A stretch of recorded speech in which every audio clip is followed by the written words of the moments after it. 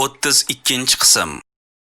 Muso va Harun alayhimussalom qissasi. Muso va Harun alayhimussalomlar va qavm o'rtasidagi voqealar, Bani Isroil bilan bo'lgan hodisalar Qur'oni Karimdagi 20 dan ortiq surada bayon qilib o'tilgan. Ba'zi suralarda qisqa, muxtasar tarzda, ba'zilarda esa batafsil so'z yuritilgan. Baqara, A'rof, Toha, Shuara va Qasas suralarida mazkur qissa butun tafsiloti bilan hikoya qilinadi. Muso alayhissalomning nasabi Ibrohim alayhissalomga borib taqaladi. Nasabining shajarasi quyidagicha: Muso ibn Imron ibn Yashar ibn Mohays bani Lova ibn Yaqub ibn Ishoq ibn Ibrohim. Muso alayhissalom taxminan miloddan avvalgi 13 yoki 14 asrlarda tug'ilgan. U davrda Misr mamlakati bo'ylab fir'avnlar hukmronlik qilar, har bir o'g'il chaqaloq tug'ilganda uni qatl qilishga buyurar, qiz bolalarni esa tirik qoldirar edilar. Chunki rivoyat qilinishicha, bir kishi fir'avnga Bani Isroil qavmidan bir kishi chiqib, uni o'z qo'li bilan o'ldirar emish degan gap tarqatadi. Tarixchilar xabar berishicha, Muso alayhissalom Misr fir'avnlaridan bo'lmish Menftoh ibn Ramzes II ning davrida yashab o'tgan. U podshoh Bani Isroilga ko'plab zulm sitamlar o'tkazgan. Ramzes II Misrga kichik Osiyodan bostirib kirgan giksoslarni qo'llab-quvvatlab, ularga yordam beradi. Ushbu sulola 500 yilga yaqin hukmronlik qiladi. Ularning davrida Misr aholisi og'ir qiyinchiliklarni boshidan kechiradilar. Qachonki Ahmas Misr podshohi bo'lgach, u giksoslarga qarshi kurash boshlab, ularni mamlakatdan quvib chiqaradi. Uning hukmronligi va undan keyingi davrda Yusuf alayhissalom zamonidan beri Misrda yashab kelayotgan Bani Isroilni xo'rlash, oyoq osti qilish boshlanadi. Zero ular Misrga bostirib kirgan kelgindi qabilalarga qilingan har bir kurashda faol ishtirok etar edilar. Muso alayhissalomning nomi Qur'oni Karimda 100 martadan ko'p takrorlanib kelgan. Nabiy sallallohu alayhi va sallamga qavm tomonidan jabr va zulm kuchayganda, u zot: Alloh birodarim Musoga rahm qilsin. U mendan ko'ra shiddatliroq ozorlarga uchrasa-da, lekin bunga sabr qildi deganlar. Muso alayhissalom vafoti Bani Isroilning Sinoda zalolatga ketgan bir paytiga to'g'ri keladi. O'shanda u Alloh taologa duo qilib, o'zini muqaddas yer Baytul Maqdisga borish uchun muvaffaq etishni so'ragan edi. Alloh taolo Muso alayhissalomning duosini qabul qildi. Sahihaynda Abu Hurayra radhiyallohu anhu Rasululloh sallallohu alayhi va sallamdan rivoyat qiladi. Muso vafoti yaqinlashganini sezgach, Alloh taologa duo qilib, o'zini muqaddas yerga yaqinlashtirishini so'raydi. Alloh taolo uning duosini ijobat qildi.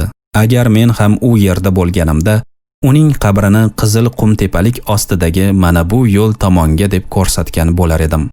Harun alayhissalom esa Muso alayhissalomning akasi bo'lgan. U Muso uchun eng yaxshi yordamchi edi. Uning vafoti Muso alayhissalomnikidan bir oz oldinroq bo'lgan. Qasas surasida Muso alayhissalom dunyoga kelgan paytda Misr yurtidagi shart-sharoit, u tug'ilgach onasining nima ishlar qilgani, balog'atga yetgach Muso alayhissalom hayoti, Madian yurtiga hijrat qilishi, payg'ambarlikka musharraf etilishi, Fir'avn va qavmini yolg'iz Alloh taoloning o'zigagina ibodat qilishga chaqirishi bayon qilingan. Qissa Allohning quyidagi oyatlari bilan boshlanadi. Ey Muhammad sallallohu alayhi va sallam, iymon keltiradigan qavm uchun sizga Muso va Fir'avn xabaridan haq rost tilovat qilib berurmiz. Dar haqiqat Fir'avn Misr yerida tug'yonga tushib, uning aholisini bo'lak-bo'lak qildi. U ulardan bir toifani xorlab, o'g'illarini so'yar, ayollarini tirik qoldirar edilar. Albatta, u buzg'unchi kimsalardan bo'ldi. Biz esa u yerda xorlangan kishilarga marhamat qilishni, ularni peshvo zotlarga aylantirishni va ularni vorislari qilishni istaymiz. Yana biz ularni o'sha yerda barqaror qilib, Fir'avn va Hamonga hamda ikkovining lashkarlariga Bani Isroil tomonidan o'zlari qo'rquvchi bo'lgan narsani ko'rsatib qo'yishni istaymiz. Qasas surasi 3-6 oyatlar. Fir'avn qadimda Misr podshohlariga qo'yiladigan ism hisoblanadi. Shuningdek, Rum podshohlari Qaysar, Yaman podshohlari Tubba, Fors podshohlari esa Kisro deb atalar edi. Fir'avnning ismi Qur'oni Karimda 74 marta takrorlangan. Yuqoridagi ilk oyatlarning ma'nosi quyidagicha: Ey muhtaram payg'ambar, biz sizga Muso va Fir'avn qissalari bilan bog'liq bo'lgan ajoyib va muhim xabarni sidq ila tilovat qilib so'ylab berurmiz. Iymon keltiradigan qavm uchun, ya'ni sizga ushbu oyatlarni unga iymon keltirib, unga hidoyat, ibrat va pand nasihatlardan o'zlariga foyda oladigan kishilar uchun tilovat qilib beramiz. Darhaqiqat, Fir'avn Misr yerida tug'yonga tushib, uning aholisini bo'lak-bo'lak qildi. Fir'avn hukmronligi davrida Misr va unga chegaradosh bo'lgan yurtlarda kibr va isyonga yo'l qo'ydi. O'zini barchadan ustun deb bildi. Zulm va adolatda haddidan oshdi hamda qo'l ostidagi aholini o'ziga to'liq bo'ysundirdi. Ularni bir necha toifalarga ajratdi. O'sha toifalarning hammasi davlat ishlari bilan bog'liq yumushlarni bajarar edilar. Ba'zilar qurilishga, ba'zilar sehr va jodi bilan shug'ullanishga, yana ba'zi toifalar esa Fir'avnning ayollari sifatida kecha-yu kunduz unga hamroh bo'lar yoki xizmatlarini qilib yurishardi. U ulardan bir toifani xorlab, o'g'illarini so'yar, ayollarini tirik qoldirar edilar. Bu yerdagi bir toifadan murod Bani Isroil edi. Ya'ni Fir'avn mamlakat aholisini turli tabaqalarga ajratgach, ularning bir toifasiga xorlik, jabr, zulm va qahr ko'rsata boshladi. U Bani Isroil qavmidan bir o'g'il chaqaloq dunyoga kelishi zahotiyoq ularni so'ydirar, qiz chaqaloqlarni esa tirik qoldirar edi. Imom Roziy aytadi: O'g'il bolalarni so'ydirib, qizlarni tirik qoldirishda Bani Isroilga bir necha tomondan zarar yetkazish ko'zlangan edi. O'g'il bolalarni o'ldirish naslning uzilishiga sabab bo'ladi. Ya'ni Fir'avn Bani Isroil naslini tag-tugi bilan yo'q qilish payda bo'lgan. Tarjimondan. Erkaklarning halok bo'lishi hayotiy sharoitning buzilishi yoki og'irlashishiga olib keladi. Erkaklarni qattiq qiynoq azobi ostida o'ldirish eng og'ir zulmlardan biridir. Ayollarning o'z yaqinlarisiz, himoyachisiz qolishlari ularning dushman qo'lida o'yinchoq bo'lishlariga olib kelardi. Bundan ham ortiq xorlik bo'lishi mumkinmi? Aytilishicha, kohillar Bani Isroil qavmidan bir bola tug'ilib, podshoh Fir'avnni o'z qo'li bilan o'ldiradi deb xabar berishadi. Shu sabab ham u o'g'il bolalarni o'ldirib, qizlarni tirik qoldirishga amr qiladi. Albatta, bu buzg'unchi kimsalardan bo'ldi. Bu Fir'avnning nima sababdan kibr va tug'yonga tushganining bayonidir. Ya'ni Fir'avn fasod ishlarini sodir etishda uchiga chiqqan edi. Shu sabab ko'ngli tusagan odamga hech tortinmay zulm qilaverardi. Fir'avnning takabburligi uni "Men sizlarning eng yuksak Parvardigoringizdirman" deyishiga sabab bo'ldi. So'ngra Alloh taoloning hikmati va irodasi taqozo etgan narsa bayoniga o'tiladi.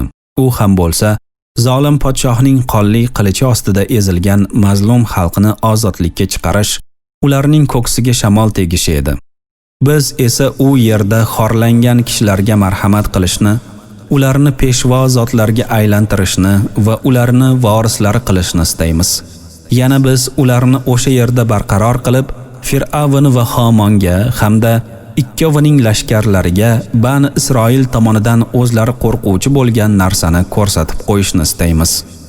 Ya'ni biz o'z xohishimiz va qudratimiz bilan Bani Isroilni zulmdan ozod etib, ularni izzat ikromga sazovor qilishni, agar ular iymon keltirib, o'zlarini isloh qiladigan bo'lsalar, biz ularni muqaddas yerga voris qilishni istaymiz. Shu ma'noda boshqa oyatda shunday deyiladi: Misr va Shomdagi o'zimiz barakotli qilgan yerning mashriq va mag'riblariga bu bechora qavmni, ya'ni Bani Isroilni voris qilib qo'ydik. Ey Muhammad sallallohu alayhi va sallam, sabr toqat qilganlari sabab Bani Isroilga Parvardigoringizning bu yerdagi bechora bo'lgan zotlarga in'om qilishni va ularni odamlarga yetakchi qilib qo'yishni istaymiz degan go'zal so'zlari to'la to'kis bo'ldi. Fir'avn va qavmi yasab qurib olgan imoratlarni va baland qilib ko'targan qasrlarni esa vayron qildik. A'rof surasi 137-oyat. Biz esa u yerda xorlangan kishilarga marhamat qilishni, ya'ni zolim qavmlardan so'ng biz ularning qadamlarini sobit o'zlarini baquvvat, kuchli qilishni iroda etdik. Yana biz ularni o'sha yerda barqaror qilib, Fir'avn va Xomonga hamda ikkovining lashkarlariga Bani Isroil tomonidan o'zlari qo'rquvchi bo'lgan narsani ko'rsatib qo'yishni istaymiz. Xomon Fir'avnning vaziri bo'lgan. Ya'ni biz Fir'avn va Xomonga Misr yerida mazlum bo'lgan Bani Isroil qavmi tomonidan o'zlari hadiksirab turgan narsa, mansab va shuhratning qo'ldan ketishi va uning Bani Isroil tasarrufiga o'tishini ularga ko'rsatishni xohlaymiz. Ibn Kasir aytadi, Fir'avn o'z harakati bilan Musodan qutulishni xohladi, vaholanki Alloh taoloning hukmi uning xohishidan mutlaq ustun keldi. Fir'avnning o'limi Musoning qo'lida bo'ldi. Ey Fir'avn, omon qolish niyatida necha minglab begunoh chaqaloqlar umriga zomin bo'lding, ammo sening o'limingga sabab bo'luvchi kishi esa aynan sening uyingda, sening xonadoningda o'sib undi va oqibatda sen va butun boshli lashkaring o'limiga sababchi bo'ldi. Bu barcha narsa agar buyuk Alloh nimani xohlasa, u albatta bo'lishini, nimani xohlamasa, o'sha narsa abadul abad yuz bermasligini bilishing uchun edi. Shunday qilib, Fir'avn va uning qo'shini o'zlarini qanchalik avaylab asramasinlar, Alloh taolo iroda qilgan narsa ularning ko'z o'nglarida baribir bo'lishi aniq edi. Zero u zot aytadiki, Alloh o'z ishida g'olib, ya'ni uning o'zi xohlagan ishini qilishdan hech kim man qila olmaydi. Lekin odamlarning ko'plari buni bilmaydilar. Yusuf surasi 21-oyat. Endi qissaning davomiga quloq tutaylik. U bizga o'zining ta'sirli va ajoyib uslubi ila voqealarni butun tafsiloti bilan hikoya qiladi. Biz Musoning onasiga vahiy qildikki, uni emizavergin, bas. Qachon qo'rqsang, uni daryoga tashlagin va qo'rqmagin ham, qayg'urmagin ham. Zero biz uni senga qaytarguvchidirmiz va uni payg'ambarlardan qilguvchidirmiz. Bas. Uni Fir'avn xonadoni o'zlariga dushman va g'am tashvish bo'lishi uchun tutib oldilar. Albatta, Fir'avn, Xomon va uning lashkari xato qilguvchi bo'ldilar. Fir'avnning xotini men uchun ham, sen uchun ham ko'z quvonchidir.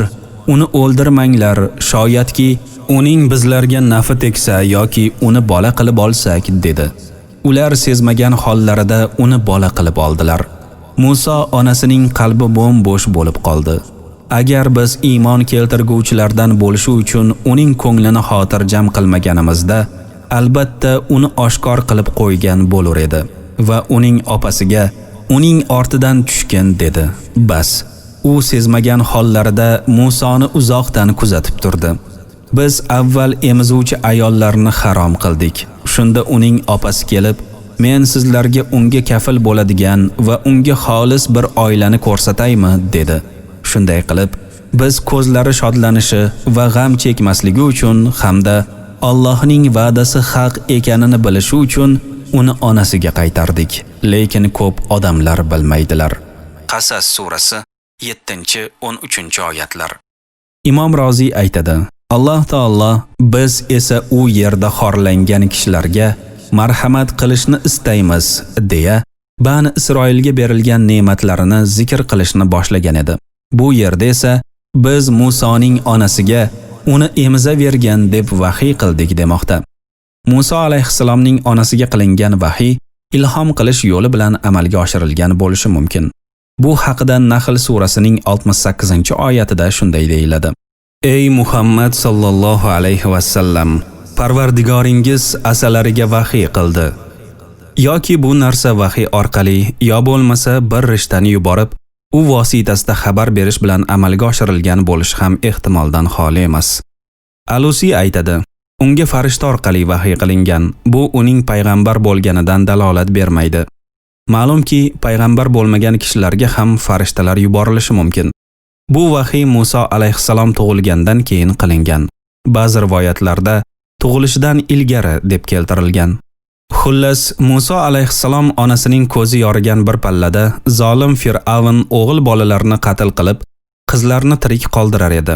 Shu sabab ham u homiladorlik paytida buni hech kimga sezdirmay yashirib yurdi va Muso alayhissalom dunyoga kelgach, mehribon ona o'g'lining kelajak taqdirini o'ylab qalbiga g'ulg'ula tushdi.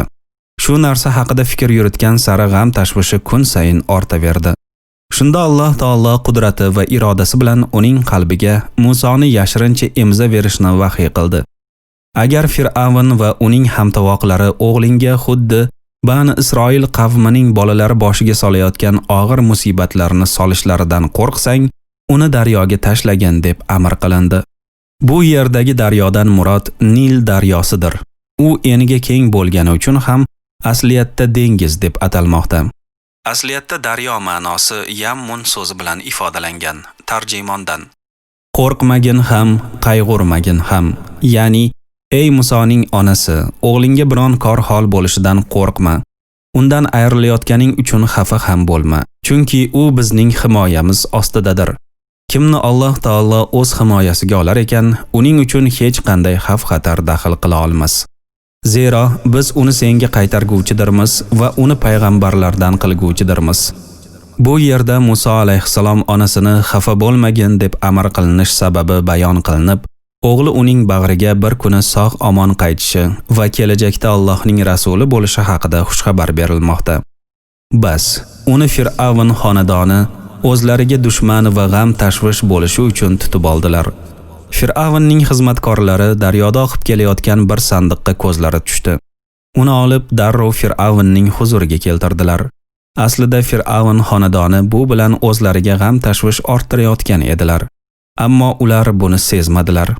Albatta Fir'avn, Hamon va uning lashkarlari xato qilguvchi bo'ldilar. Ushbu oyat o'zidan oldingi oyat karimaning natijasini bayon qilmoqda. Ya'ni biz Musoni Fir'avn va uning oilasiga dushman va tashvish qilib qo'ydik. Chunki Fir'avn va uning makkor vaziri Hamon har bir xatti-harakatlarida og'ir jinoyatlarni sodir etar edilar. Bularning eng kattasi o'g'il bolalarni o'ldirib, qizlarni tirik qoldirish bo'lgan. Fir'avnning xotini men uchun ham, sen uchun ham ko'z quvonchidir. Uni o'ldirmanglar, shoyatki uning bizlarga naf tegsa yoki uni bola qilib olsak dedi. Allohning qudrati va hikmati bilan Fir'avnning ayoli Muso alayhissalomni himoya qila boshladi. Xoshiyatul Jumalda shunday deyiladi: Fir'avnning ayoli Osiyo binti Mahozim bo'lib, u ayollarning eng afzali edi.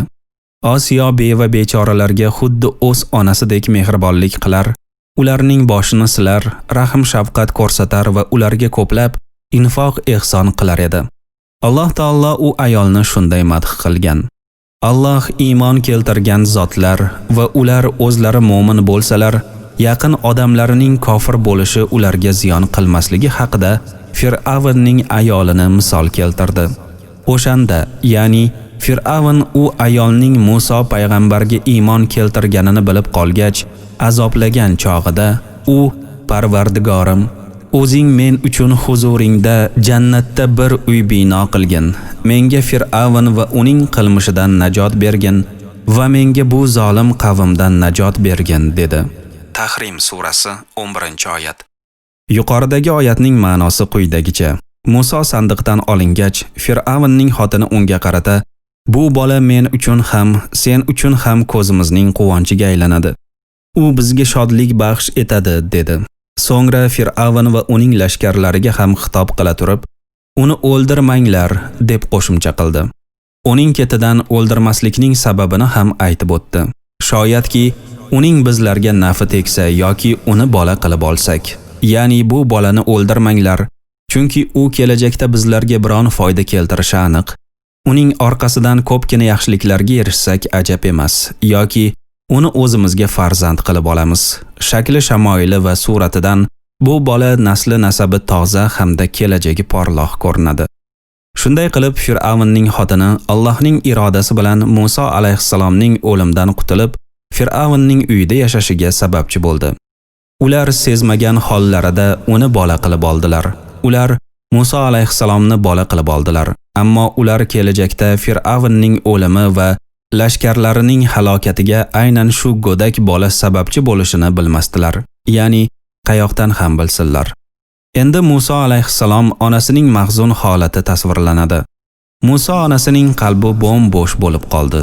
Agar biz iymon keltirguvchilardan bo'lish uchun uning ko'nglini xotirjam qilmaganimizda, albatta uni oshkor qilib qo'ygan bo'lar edi. Ya'ni onasi Musoni daryoga tashlagach, Fir'avn xonadoni uni tutib olganini bildi. O'g'lidan ayrilganidan so'ng endi u ushbu hayotdagi biron narsa haqida o'ylab ham ko'rmasdi. Ko'ngli fikr-xayolot olamidan butkul ayro bo'ldi. Uning o'ylagani faqatgina bir narsa, o'g'li Musoning taqdiri edi. Onasi Fir'avn va lashkardan qo'rqib, ular daryodan tutib olgan bola uning o'g'li ekanini aytib qo'yishiga bir bahya qoldi. Agar Alloh qudrati ila uning qalbini mustahkam va quvvatli qilmaganida edi, u odamlarga o'z pinhon saqlab yurgan narsasini aytib qo'ygan bo'lardi. Iymon keltirguvchilardan bo'lishi uchun, ya'ni o'g'li Muso bir kun kelib onasining bag'riga qaytishi va uni ko'rib ko'zi quvonishi, g'am-alamdan forig' bo'lish haqidagi Allohning va'dasiga to'liq ishonishi uchun biz uning qalbini mustahkam qildik. O'g'li haqidagi o'y-fikr va xavotirlar onani harakat qilishga chorlardi va uning opasiga uning ortidan tushgin dedi. Muso alayhissalomning onasi o'g'li Fir'avn xonadoni tomonidan bola qilib olinganini bilgach, qiziga qarata uning ketidan tush, u haqida menga biron xabar olib kel dedi. Bas, u sezmagan hollarida Musoni uzoqdan kuzatib turdi. Ya'ni Musoning opasi uning ketidan tushib, oxiri qidirib topdi va biron kishi sezib qolmasligi uchun ukasini uzoqdan kuzatib turdi yoki ukasini axtarib yurganini bilib qolmasliklari uchun o'zini Fir'avn xonadoni a'zolaridan yashirib turdi. Quyida Muso alayhissalomning onasi bilan diydor ko'rishishi uchun Alloh taolo tomonidan qilingan hikmatli tadbir haqida so'z boradi. Biz avval emizuvchi ayollarni harom qildik. Bu yerdagi harom qilishdan murod man etishdir. Ya'ni biz Musoning onasi va opasi uning xabarini eshitmaslaridan oldin hikmatimiz va qudratimiz bilan unga onasidan o'zga ayollarni emishni man qildik. Bas, u bironta ham ayolning ko'kragini tutgani yo'q. Buni bilgan Muso alayhissalomning opasi Fir'avn va ayollariga qarata, men sizlarga unga kafil bo'ladigan va unga xolis bir oilani ko'rsataymi dedi. Ya'ni men bu bolani emizib, unga yaxshi ta'lim-tarbiya beradigan bir oilani ko'rsataymi? Ular kam ko'stsiz uni boqib tarbiyalaydilar. Unga faqat yaxshilik va ofiyatni ravo ko'radilar. Shunday qilib, biz ko'zlari shodlanishi va g'am chekmasligi uchun hamda Allohning va'dasi haq ekanini bilishi uchun uni onasiga qaytardik. Ya'ni ular o'sha qizning gaplarini eshitdilar va u o'z onasini Fir'avnning xizmatkorlariga ko'rsatdi. Biz buni Muso onasining qalbi xotirjam bo'lishi, o'g'li yana bag'riga eson-omon qaytganidan ko'zi quvonchga to'lishi, ayriliqdan tashvish chekmasligi uchun hamda Allohning va'dasi haq, uning sodir bo'lishiga biron shubha yo'qligini bilishi uchun qildik. Lekin ko'p odamlar bilmaydilar. Ya'ni aksariyat odamlar Allohning bandalariga bergan haq va'dasiga ishonmaydilar yoki bilmaydilar. Shu sabab ham hayotda ko'p hollarda shoshma-shosharlikka yo'l qo'yadilar. Allohning qilgan hikmatli tadbiri ortida nima turgani haqida fikr yuritmaydilar. Yuqorida biz Muso alayhissalomning go'daklik paytidagi hayoti va Alloh taoloning unga ko'rsatgan marhamatlaridan voqif bo'ldik. Qissaning davomi Muso alayhissalomning balog'atga yetgandan so'ng sodir bo'lgan voqea va hodisalar bilan bog'lanib ketadi. Alloh taolo aytadi: Qachonki u voyaga yetib, aqli to'lgach, biz unga hikmat va bilim ato etdik. Biz chiroyli amal qilguvchi kishilarni mana shunday mukofotlaymiz. Kunlarning birida Muso shaharga uning aholisi g'aflatda bo'lgan paytda kirgan edi. Unda ikki kishi urushayotganini ko'rdi. Ulardan biri o'zining jamoatidan va biri dushmanidan edi. Jamoatidan bo'lgan kishi dushman tomonidan bo'lgan kimsaga qarshi undan yordam so'radi. Shunda Muso bir musht urib uni o'ldirib qo'ydi. So'ng dedi: Bu shaytonning ishidandir. Albatta, u yo'ldan ozdirguvchi ochiq dushmandir. Keyin dedi: Parvardigorim, dar haqiqat men o'z jonimga jabr qilib qo'ydim. Endi o'zing meni mag'firat qilgin. Bas, Alloh uni mag'firat qildi. Albatta uning o'zigina mag'firat qiluvchi, mehribondir. U yana dedi: Parvardigorim, sen menga qilgan in'oming haqqi hurmati endi hargiz jinoyatchi kimsalarga yordam qilguvchi bo'lmasman. Bas, u erta tongda shaharda qo'rquvga tushib, ko'z tutgan holda ketayotgan edi. Banogoh kecha undan yordam so'ragan kimsa yana uni yordamga chaqirayotganini ko'rdi. Muso unga dedi: "Darhaqiqat sen aniq gumrohdirsan." Endi u o'zlariga dushman bo'lgan kimsani ushlamoqchi bo'lgan edi. "Ey Muso, kecha bir jonni o'ldirganing kabi bugun meni ham o'ldirmoqchimisan? Sen faqat yer yuzida jabr zulm qiluvchi bo'lmoqchimisan? Sen isloh qilguvchilardan bo'lishni istamaysan?" dedi. Shaharning narigi tarafidan bir kishi shoshgancha kelib: "Ey Muso, Fir'avn odamlari seni o'ldirish uchun til biriktirmoqdalar. Bas, sen chiqib ketgin. Albatta, men senga xolis bo'lgan kishilardandirman", dedi. Bas, qo'rquvga tushib, ko'z tutgan holda u yerdan chiqib ketdi. "Parvardigorim, o'zing menga bu zolim qavmdan najot bergin." Qasas surasi 14-21 oyatlar. Muso alayhissalomning bilagi kuchga to'lib, aqli kamol topgach, ba'zi rivoyatlarda uning o'sha paytdagi yoshi 30-40lar orasida bo'lgan deb keltiriladi. Alloh unga fazli marhamati bilan hikmat va ilm berdi. Biz chiroyli amal qilguvchi kishilarni mana shunday mukofotlaymiz. Bu Alloh taoloning o'zgarmas qonunidir. Ya'ni biz Muso va onasiga izzat ikrom ko'rsatganimiz, buyuk ajr mukofotlar bilan siylaganimiz kabi, Allohning buyruqlarini sidqidildan to'liq bajaruvchi, so'z va amalda sodiq bo'lgan mo'min kishilarni ham yuksak darajat va savoblar bilan taqdirlaymiz. Endi o'sha davrda Muso alayhissalom boshdan kechirgan ba'zi voqealar batafsil tarzda yoritib o'tiladi. Kunlarning birida Muso shaharga uning aholisi g'aflatda bo'lgan paytda kirgan edi.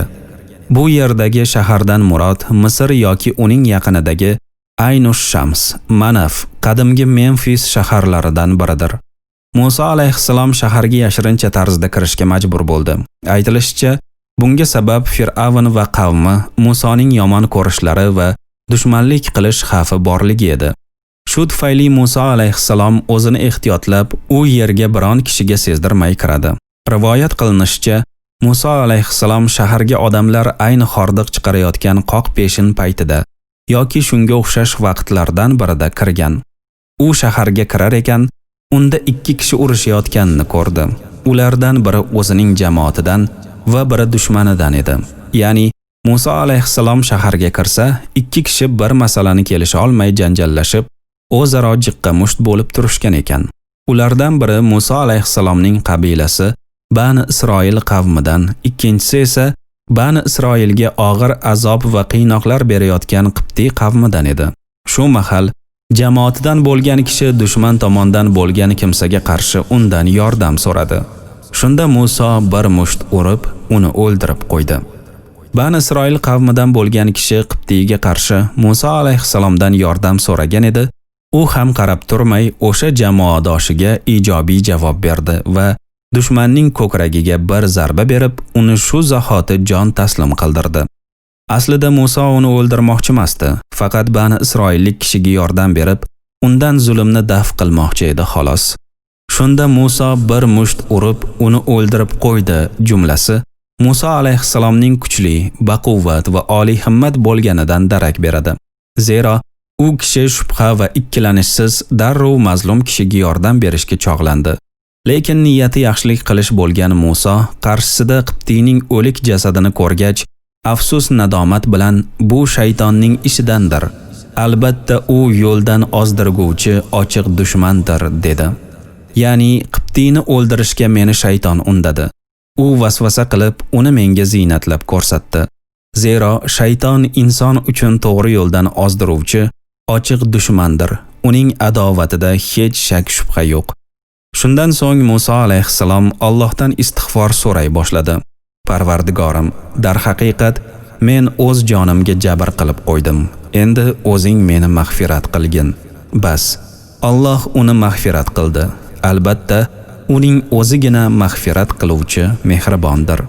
Keyin Muso alayhissalom yana bir bor Rabbiga tavba qilib, bergan ne'matlariga shukr sifatida: Parvardigorim, sen menga qilgan in'oming haqq hurmati endi hargiz jinoyatchi kimsalarga yordam qilguvchi bo'lmasman. Ya'ni menga bergan behisob ne'matlaringga shukr sifatida va'da beramanki, endi zinhor bazinhor gunohkor osiy va jinoyatchi kimsalarga yordam qo'lini cho'zmayman, ularni himoya qilmayman ham. Endi Alloh taolo Musa alayhissalomning holidan xabar qiladi. Bas, u erta tongda shaharda qo'rquvga tushib, ko'z tutgan holda ketayotgan edi. Kechagi kun bir qibtiyni nogahon o'ldirib qo'ygach, Musa hali hanuz qo'rquv va hadik ichida edi. U o'ziga tuhmat va malomat toshlari otilishini, boshiga turli tuman ko'rgilik va kulfatlar tushishiga ko'z tikib turgan holida tong ottirdi. Aftidan o'sha paytda Musa alayhissalomning Fir'avn va ayollari bilan aloqasi yo'q bo'lgan ko'rinadi. Aks holda ular Musoni himoya qilgan yoki ishini bir oz bo'lsa-da yengillashtirgan bo'lardilar. Musa alayhissalom yuqorida tasvirlangan holatda ketayotganida, banogoh kecha undan yordam so'ragan kimsa yana uni yordamga chaqirayotganini ko'rdi. Ya'ni Musa qalbi qo'rquv va g'amga to'la holda ketayotsa, kecha undan yordam so'ragan Bani Isroillik kishi boshqa bir qibtiy bilan janjallashib turgan ekan. U Musoni ko'rdi-yu, yana undan ko'mak so'ray boshladi. Mo'min chuqurga bir marta yiqiladi deganlaridek, Musa alayhissalom bu safar unga boshqacharoq javob qildi. Dar haqiqat, sen aniq gumrohdirsan. Ya'ni uning bu iltimosidan Musa alayhissalomning g'azabi qaynab, diqqat oshdi va sen zalolat botqog'iga botgan, jaholat ostida qolgan bir kimsa ekansan. Chunki sen kecha bir odamni o'ldirib qo'yishimga sababchi bo'lganding. Bugun mendan yana o'sha manfur ishni takror qilishimni so'rayapsanmi? Shuningdek, sening johil, nodonliging shundaki, sen kuching yetmaydigan odamga bas kelmoqchi bo'lyapsan, dedi. Endi u o'zlariga dushman bo'lgan kimsani ushlamoqchi bo'lgan edi. Ya'ni Musa alayhissalom o'zi va Bani Isroil qavmidan bo'lganlar uchun ashaddiy dushman sanalmish qibtiyni urmoqchi edi. U, ey Musa, kecha bir jonni o'ldirganing kabi bugun meni ham o'ldirmoqchimisan? Sen faqat yer yuzida jabr zulm qiluvchi bo'lmoqchisan. Sen isloh qilguvchilardan bo'lishni istamaysan, dedi. Ba'zi mufassirlarning aytishicha, Musa alayhissalomga ushbu so'zlarni aytgan kishi kecha undan qibtiyga qarshi yordam so'ragan Bani Isroillik kimsa edi. Chunki u Musa qibtiyni emas, meni uradi deb o'ylagan. Bundan oldinroq Musa alayhissalom Bani Isroil qavmidan bo'lgan kimsaga dar haqiqat sen gumrohdirsan deb aytgani yodingizda bo'lsa kerak. Oyat karimaning ma'nosi quyidagicha. Bani Isroillik kishi Musoga qo'rquv va hadiksirash bilan, ey Musa, kecha bir qibtiyni o'ldirishing yetmaganidek, bugun mening ham umrimga zomin bo'lmoqchimisan? Bu qilmishing bilan sen faqat yer yuzida odamlarni o'ldirib, jabr zulm qilmoqchisan, ularni yaxshilikcha yarashtirib, oralarini isloh qilishni xohlamaysan, dedi. Yana ba'zilar Musa alayhissalomga ushbu so'zlarni aytgan qibtiy bo'lgan. Chunki u Musoni Isroillikka aytgan, dar haqiqat sen gumrohdirsan degan so'zlaridan kecha qibtiyni aynan Musa o'ldirganini sezib qoladi deb aytishgan. Imom Roziy ushbu ikki fikrni ma'qullab shunday degan. Oyatning zohiriy ma'nosi ham mazkur fikrning to'g'riligini tasdiqlaydi. Alloh taolo aytadiki, endi u o'zlariga dushman bo'lgan kimsani, ya'ni qibtiyni ushlamoqchi bo'lgan edi. Ey Musa, dedi. Bu so'zlar albatta boshqasi tarafidan emas, aynan qibtiy tarafidan aytilgan. Shuningdek, u sen faqat yer yuzida jabr va zulm qiluvchi bo'lmoqchimisan, dedi. Bu singari so'zlarni aytish faqat kofirlarga xosdir. U ham bo'lsa qibtiydir. Garchi aksariyat mufassirlar birinchi fikrni ma'qullagan bo'lsalar-da, biz Imom Roziy aytgan so'zlarni rost deb bilamiz. Sababi sura-i karimada ham aytib o'tildiki, Fir'avn va uning ayollari Bani Isroil qavmiga ashaddiy zulm va sitamlar yetkazardilar va shuning barobarida zulm ko'rayotgan bechoralarga yordam berishni o'zlariga nisbatan qilingan zulm deb hisoblardilar.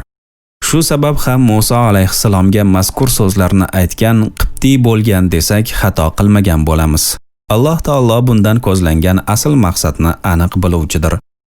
Musa alayhissalom Isroillik va qibtiy shu alfozda turganlarida shaharning narigi tarafidan bir kishi shoshgancha kelib, ey Musa, Fir'avn odamlari seni o'ldirish uchun til biriktirmoqdalar. Bas, sen chiqib ketgin.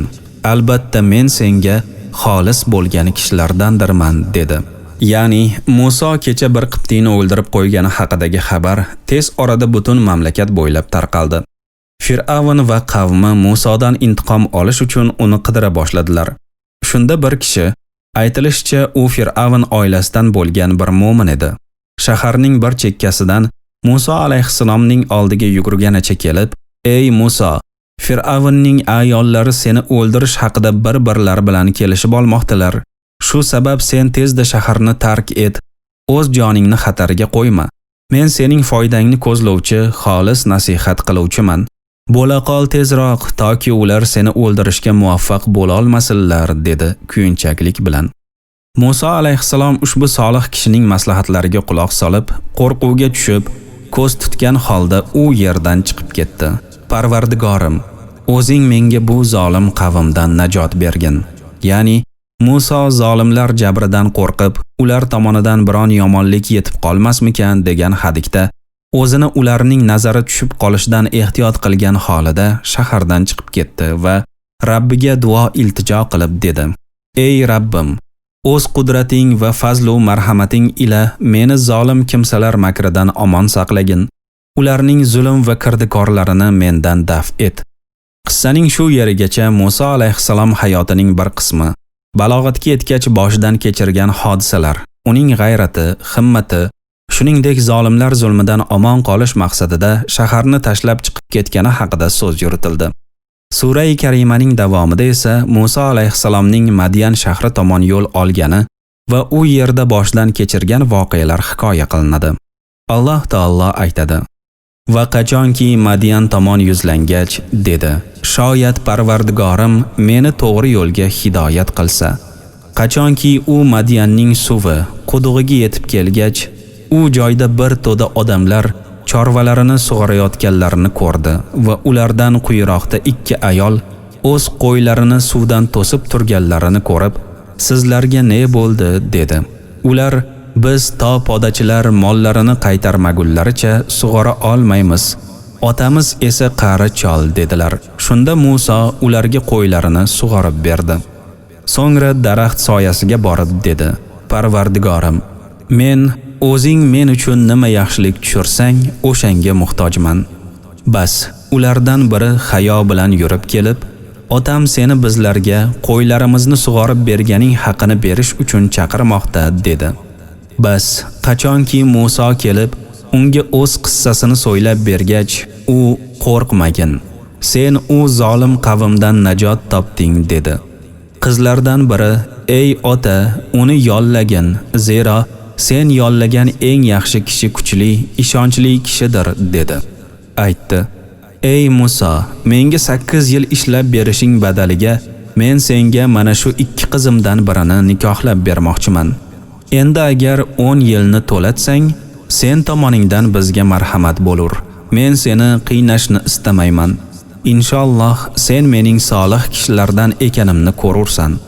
Muso dedi: "Mana shu sen bilan mening o'rtamizdagi bitimdir. 2 muddatdan qay birini ado qilsam, bas, menga zo'rlik qilinmas. Alloh aytayotgan so'zimizga vakil, guvohdir." Qasas surasi 22-28 oyatlar. Madian Shuayb alayhissalom qabilasi yoki u yashagan qishloqning nomidir. Mazkur nom Madian ibn Ibrohim alayhissalomga nisbat beriladi. Madian shahri Fir'avnning hukmi ostida emasdi. Shu tufayli Muso alayhissalom mazkur tomonga qarab yo'l olishga ahd qilgan.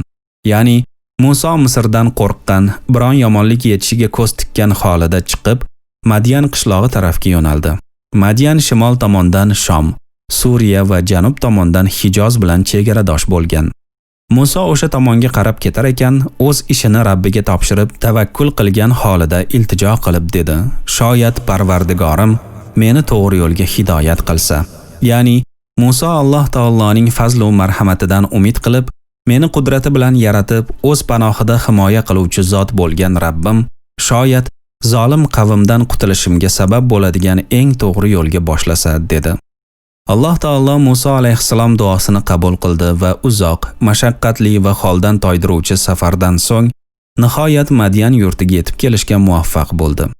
Qur'oni Karim bizlarga Musa alayhissalom u yerga yetib borgach, qanday ishlar sodir bo'lganini quyidagicha tasvirlaydi.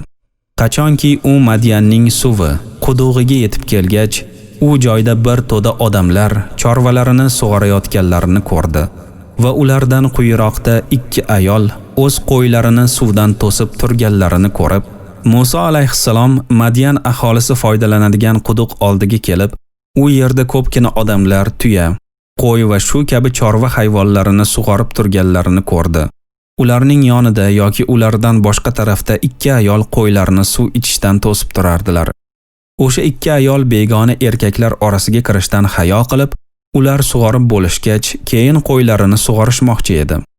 Bir chetdan kuzatib turgan ulug' himmat, yuksak muruvvat va toza qalb sohibi bo'lgan Musa alayhissalom ularga yordam berish uchun "Sizlarga ne bo'ldi?" dedi. Ya'ni sizlarga nima bo'ldi? Nima sabab boshqalar kabi qo'ylaringizni sug'ormayapsizlar? Buning uchun sizlarga nima monelik qilmoqda? U ikki ayol buning sababini tushuntira turib dedilar: "Biz to podachilar mollarini qaytarmagunlaricha sug'ora olmaymiz. Otamiz esa qari chol." Ya'ni odatga ko'ra avval cho'ponlar o'z chorvalarini sug'orib bo'lmagunlaricha biz qo'ylarimizni sug'ora olmaymiz. Ular ketishgandan so'nggina qilamiz bu ishni. Chunki biz bir guruh erkaklar ichiga kirib keta olmaymiz. Oilamizda bu ishni bajaruvchi biron erkak ham yo'q. Otamizning esa yoshi ancha keksayib qolgan. Uning ham bu ishga qudrati yetmaydi. Bu javobni eshitgach, Musa alayhissalom tezda ularga yordam qo'lini cho'zdi. Qur'oni Karim bu jarayonni quyidagicha ifodalaydi. Shunda Musa ularga qo'ylarini sug'orib berdi. So'ngra daraxt soyasiga borib dedi: "Parvardigorim, men o'zing men uchun nima yaxshilik tushirsang, o'shanga muhtojman." Ya'ni Musa alayhissalom ikki ayolni qiyinchilikka qo'ymay, darrov hojatlarini ravo qilgach, bir chetdagi daraxt soyasiga, boshqa rivoyatlarda devor soyasida deb keltirilgan, borib o'tirdi va Rabbiga tazarru qilib shunday dedi: "Ey Rabbim, men sen o'z dargohingdan tushiradigan yaxshilik, rizq, ro'zga muhtojman." Musa alayhissalomning ixlos bilan duoga ko'tarilgan qo'li bu safar ham bo'sh qaytmadi. Alloh taolo uning boshiga tushgan og'irlikni tez fursatda bartaraf etdi. Alloh taoloning Musa alayhissalom duosiga ijobati qanday bo'lganini quyidagi oyatda ko'rib o'tamiz. Bas, ulardan biri hayo bilan yurib kelib, "Otam seni bizlarga qo'ylarimizni sug'orib berganing haqini berish uchun chaqirmoqda" dedi. Ibn Kasir aytadi: Ikki ayol qo'ylarini sug'orib, otalarining oldiga qaytishgach, u bundan ajablanadi va sababini so'raganda, ular Musa alayhissalom ularga yordam berganini aytishadi. Shunda otasi ikki qizidan biriga Musoni uning huzuriga chaqirib kelish uchun yuboradi. Yana Ibn Kasir shunday deydi: Mufassirlar ushbu ikki qizning otasi kim ekani borasida ixtilof qilishgan. Ba'zilar u Shuayb alayhissalom edi deyishgan. Bu qavl ko'pchilik orasida mashhur. Mazkur fikrni Hasan Basri va boshqalar aytishgan. Uni Ibn Abu Xotim rivoyat qilgan. Imom Tabaroniy rivoyat qiladi. Maslama ibn Sa'd Anzi Rasululloh sallallohu alayhi va sallam huzurlariga yuborilganida, u zot unga qarata: "Xush kelibsan, ey Shuayb qavmi" deb aytganlar. Boshqa mufassirlar u Shuaybning jiyani bo'lgan deyishgan. Aytilishicha, u Shuayb xonadonidan bir mo'min kishi edi. Shundan so'ng Ibn Kasir xulosa o'rnida deydi: U Shuayb emas. Agar haqiqatdan u Shuayb bo'lganida, ismi Qur'onda keltirilgan bo'lar edi. Ba'zi hadislarda Musa va Shuayb alayhissalomlar qissasi rivoyat qilingan, lekin ularning sanadi sahih emas. Yuqoridagi oyatning mazmuni quyidagicha: Musa alayhissalomning Alloh taolodan so'ragan yaxshiliklarga erishishi uzoqqa cho'zilmadi. Qo'ylarni sug'orib bergan ikki ayoldan biri fazilat sohibi bo'lgan ayollarga xos iffat va uyatchanlik bilan kelib, qisqa va lo'nda, balog'atli uslubda: "Otam seni bizlarga qo'ylarimizni sug'orib berganing uchun taqdirlamoq niyatida huzuriga chaqirmoqda" dedi. Bas, qachonki Musa kelib, unga o'z qissasini so'ylab bergach, Musa alayhissalom qizning chaqirig'iga javoban keksa otalari bilan uchrashish uchun ularning uyi tomon yo'l oldi. Yetib kelgach, boshdan o'tkazgan hodisotlarni bir boshidan ipidan ignasigacha so'zlab berdi. Buni eshitgan keksa: "Qo'rqmagin, sen u zolim qavmdan najot topding" dedi. Ya'ni, ey Musa, tashvishlanma, xotirjam bo'l. Sen Fir'avn va uning qavmidan qutulding. Alloh taolo senga zolimlar zulmidan najot berdi. Qariya kishining bu so'zlari Musa alayhissalomga o'z payti va mavridida aytilgandi. Zero o'sha sharoitda Misrdan xavf-xatar ichida zolimlar zulmidan qo'rqib chiqib ketgan Musoning ko'nglini ko'tarish, qalbiga bir oz bo'lsa-da taskin berish uchun bu kabi yupanch so'zlar kerak ham edi. Endi ikki qizdan biri otasiga nima degan aytiladi? Ey ota, uni yollagin, zero sen yollagan eng yaxshi kishi kuchli, ishonchli kishidir. Bu so'zlar Musa alayhissalom oldiga hayo bilan kelib, otam seni bizlarga qo'ylarimizni sug'orib berganing haqini berish uchun chaqirmoqda degan qiz tomonidan aytilgan bo'lsa kerak. Ya'ni u otasiga dadillik bilan, ey ota, uni biz uchun qiyin bo'lgan chorvalarni boqishdek bir ishga hamda uy tashqarisidagi og'ir yumushlarni bajarishga tayinla. Chunki u bu ishga munosib, kuchli ham ishonchlidir.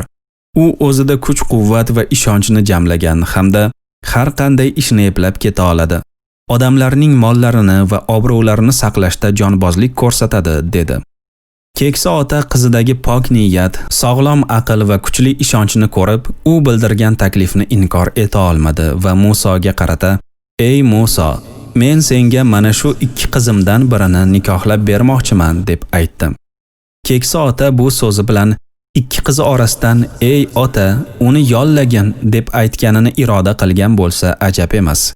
Mehribon, qizining baxt saodatini ko'zlovchi ota qizidagi yuksak fazilat va Musa alayhissalomdagi kuch-qudrat va ishonchni ko'ribgina shunday qarorga keldi.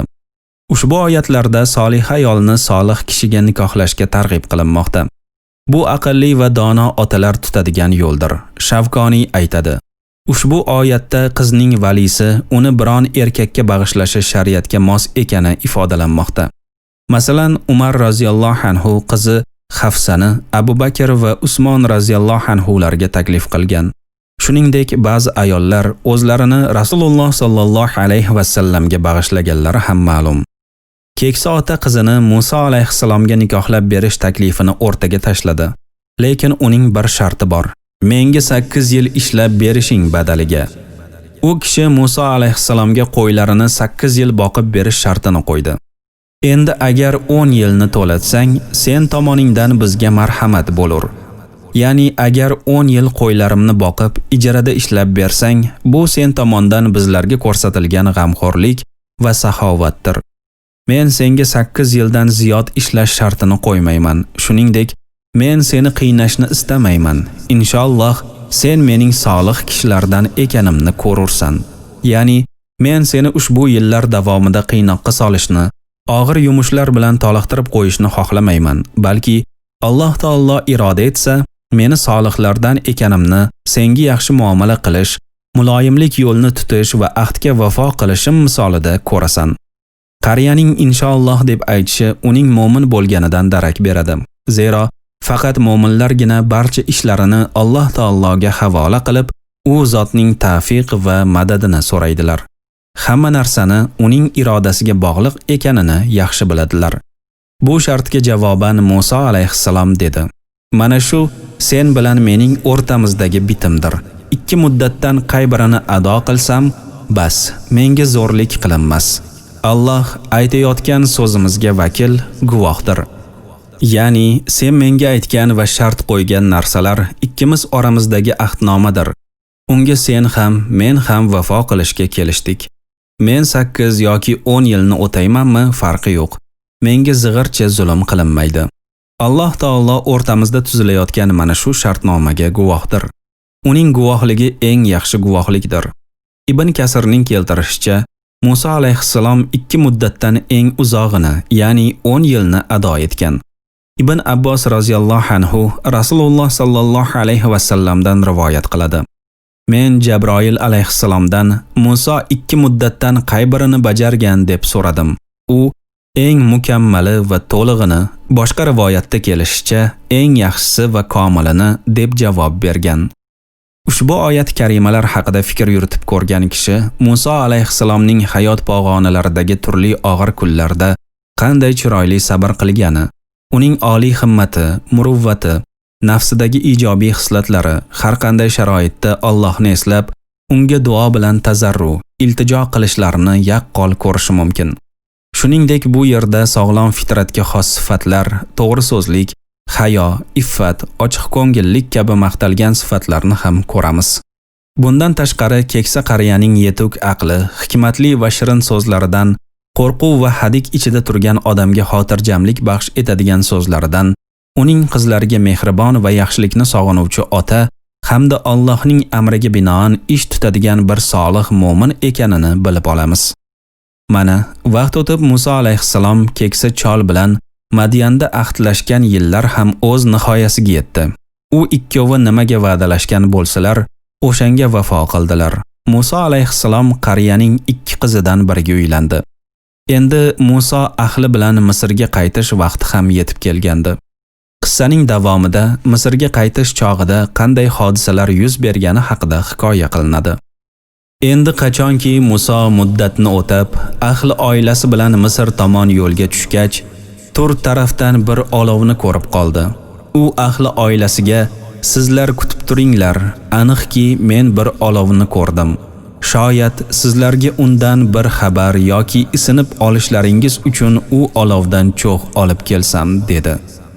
Endi qachonki uning oldiga yetib kelgach, u muborak joydagi vodiyning o'ng tarafidan daraxtdan unga nido qilindi: "Ey Musa, albatta men barcha olamlarning parvardigori Allohdirman. Asoyingni yerga tashlagin." Bas, qachonki uning ilondek qimirlayotganini ko'rgach, ortiga qaramay qochdi.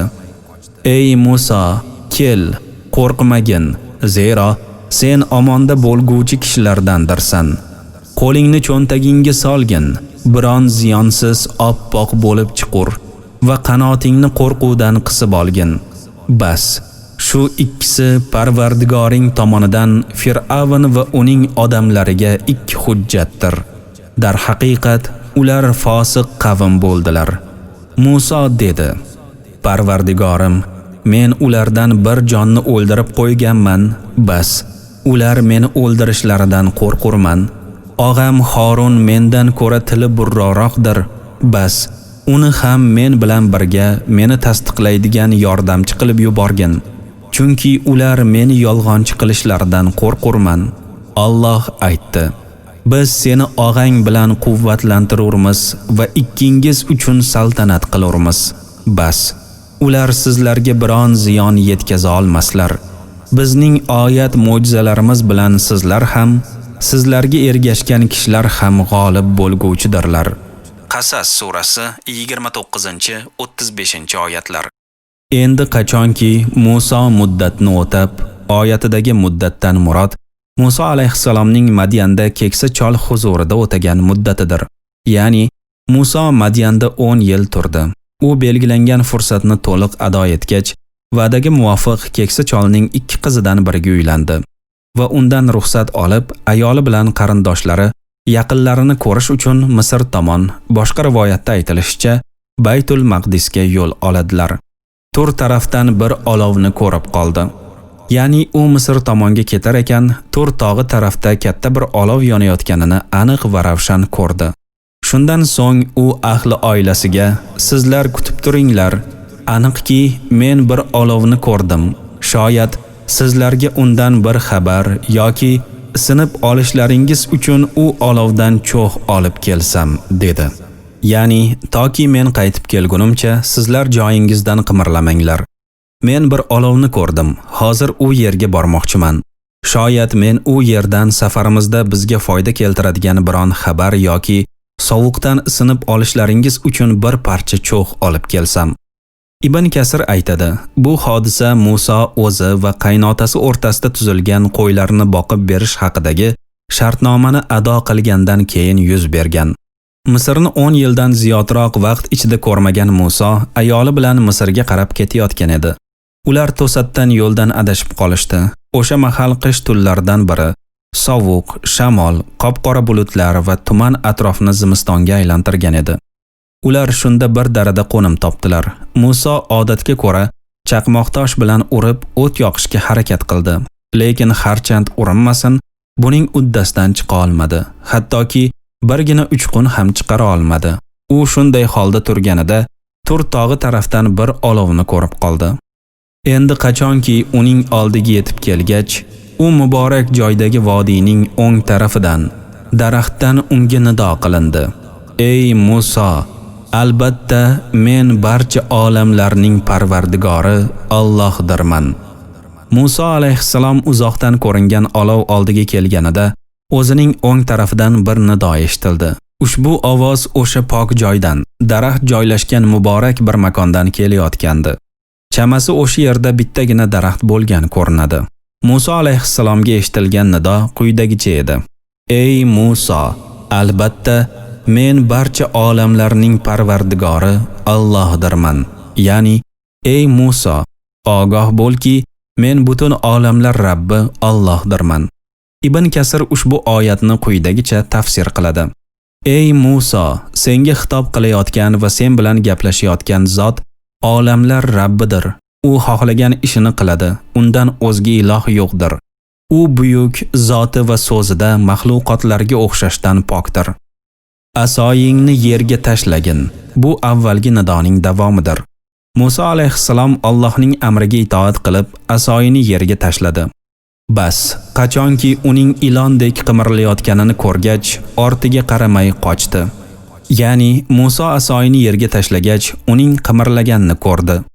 U tez qimirlashi va harakatga kelishidan xuddi ilonni eslatardi. Bu voqealarni o'z ko'zi bilan ko'rib turgan Musa undan qo'rqib, boshqa bu yerga qaytib kelishni o'ylamay, orqasiga qaramasdan qochdi. Shunda Alloh taolo tarafidan boshqa bir nido keldi. Ey Musa, kel. Qo'rqmagin, zero sen omonda bo'lguvchi kishilardandirsan. Ya'ni, ey Musa, sen avval turgan joyingga qarab kel. Ko'rgan narsangdan qo'rqma. Zero sen bizning dargohimizda xavf-xatardan omonda bo'lgan va risolatimizni odamlarga yetkazish uchun tanlab olingan bandalarimizdandirsan. So'ngra Alloh unga shunday amr qildi. Qo'lingni cho'ntagingga solgin. Biron ziyonsiz oppoq bo'lib chiqur. Ya'ni, ey Musa, qo'lingni cho'ntagingga sol. U biron kasallik va ayb nuqsondan xoli bo'lgan tarzda oppoq bo'lib chiqar. Va qanotingni qo'rquvdan qisib olgin. Bu yerdagi qanotdan murod qo'ldir. Ushbu oyatda Musa alayhissalom qalbiga xotirjamlik kiritib, undan qo'rquvni bartaraf etish yo'llari ko'rsatilmoqda. Oyatning ma'nosi quyidagicha: Ey Musa, biz senga amr qilgan ishlarni bajar. Agar qo'lingning oppoqligi va charog'onligi seni tashvishga solsa, uni cho'ntagingga tiqsang yana avvalgi holiga qaytadi. Ilonni ko'rganingda seni qo'rquv bossa, qo'lingni ko'kragingga surt. Shunda qo'rquvdan forig' bo'lasan. Bas, shu ikkisi Parvardigoring tomonidan Fir'avn va uning odamlariga ikki hujjatdir. Bu yerdagi ikki hujjatdan murod aso va qo'l mo'jizalardir. Tarjimada hujjat deb ifodalangan so'z oyatda burhan tarzida keltirilgan. Tarjimondan. Burhan so'zi ochiq oydin, dushman tarafni ojiz qoldirib, unga qarshilik ko'rsatishga qodir bo'la olmaydigan darajada ishonchli va kuchli hujjat ma'nosini ifodalaydi. Ya'ni, ey Musa, biz senga ato etgan ushbu ikki mo'jiza, aso va qo'l Rabbing tarafidan qilinganiga shubha yo'q. Endi seni ushbu ikki mo'jiza bilan Fir'avn va ayollari oldiga borib, ularga bizning risolatimizni yetkaz. Ularni faqat va faqat mengagina ixlos bilan ibodat qilishga chaqir. Dar haqiqat ular fosiq qavm bo'ldilar. Ya'ni Fir'avn va uning qo'l ostidagilar toatdan ma'siyatga, haqdan botilga qarab ketdilar. Qissaning shu yerida Musa alayhissalom o'zi va Fir'avn hamda uning qavmi o'rtasidagi adovatga sabab bo'lib kelayotgan narsa haqida xitob qiladi.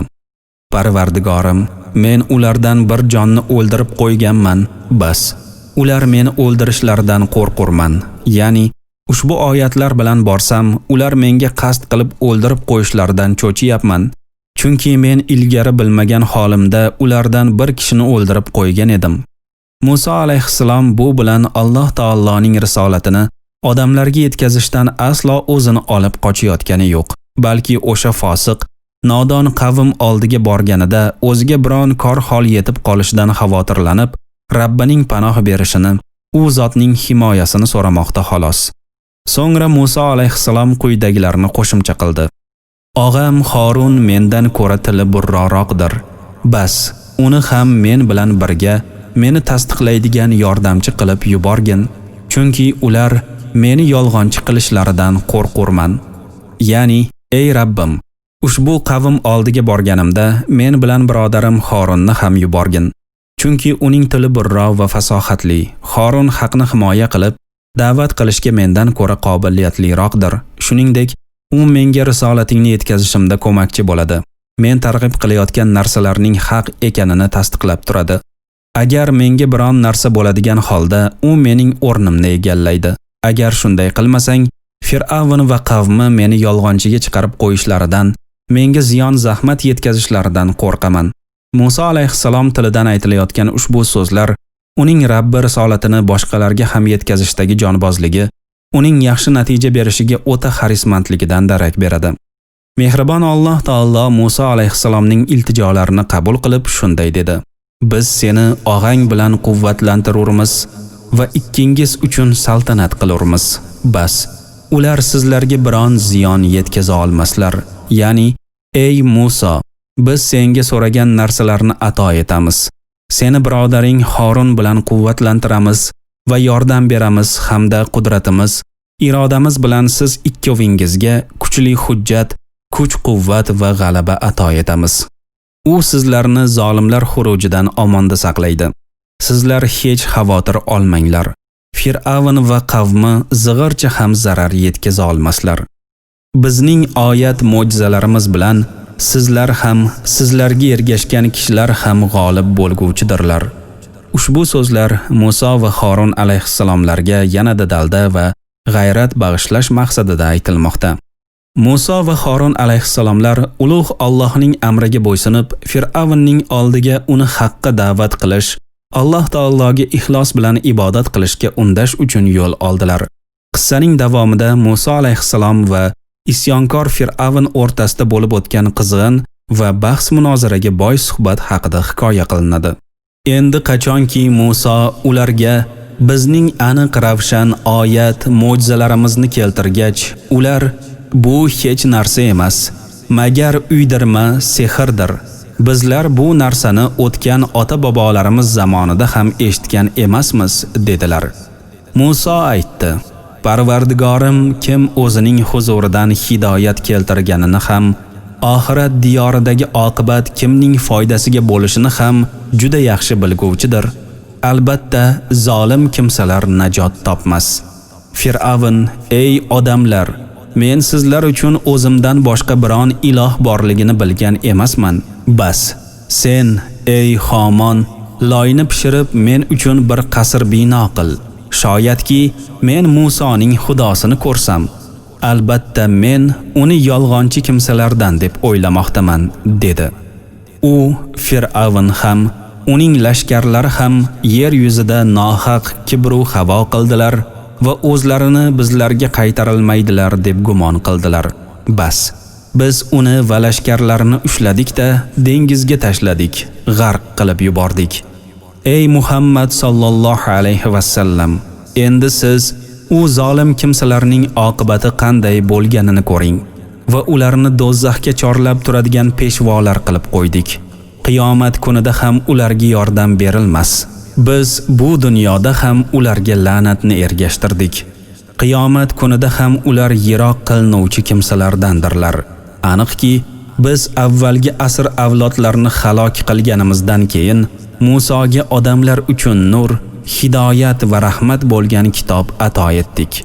Shoyat ular eslatma, ibrat olsalar.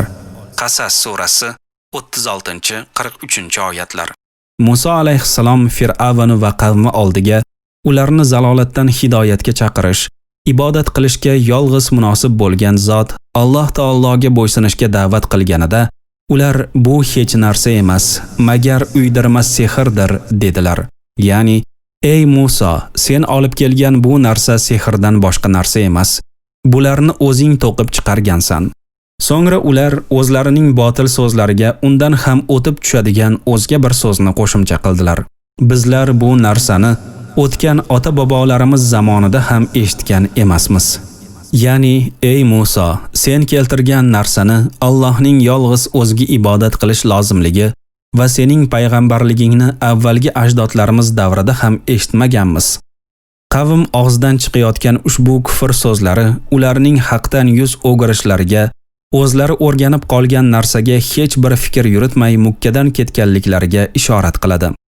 Musa alayhissalom ularga mantiqiy va hikmatli uslubda quyidagicha javob qildi. Parvardigorim kim o'zining huzuridan hidoyat keltirganini ham, oxirat diyoridagi oqibat kimning foydasiga bo'lishini ham juda yaxshi bilguvchidir. Ya'ni Musa alayhissalom Fir'avn va ayollariga javoban: "Meni va sizlarni yaratgan Rabbim kim o'z huzuridan hidoyat va haq ila kelganini hammadan ko'ra yaxshiroq biladi. Shuningdek, Alloh qiyomatda kimga chiroyli oqibat, go'zal nihoya nasib etishini ham yaxshi biluvchidir. Albatta, zolim kimsalar najot topmas. Bu Alloh taolo avvaldan belgilab qo'ygan taqdiri azaliysidir. Ya'ni zolim kimsalar, iymon e'tiqoddan yiroq bo'lganlar zinhor muvaffaqiyat qozonmaydilar. Balki Rabbimiz Alloh deya uning amriga binoan hayot kechiradigan itoatgo'y mo'minlargagina xosdir najot topish." Musa alayhissalom tomonidan muloyimlik bilan aytilgan ushbu so'zlar qalbini g'urur va takabburlik illati butkul egallab olgan Fir'avnga zig'ircha ham ta'sir qilgani yo'q. U nima qilib bo'lsa ham yolg'on da'volar qilib o'zini ulug'lashni xohlar edi. Shu maqsadda qavmiga dedi: "Ey odamlar, men sizlar uchun o'zimdan boshqa biron iloh borligini bilgan emasman." Fir'avnning ushbu manfur gapi uning uchiga chiqqan tog'iy va isyonkor bo'lganligini ko'rsatmoqda.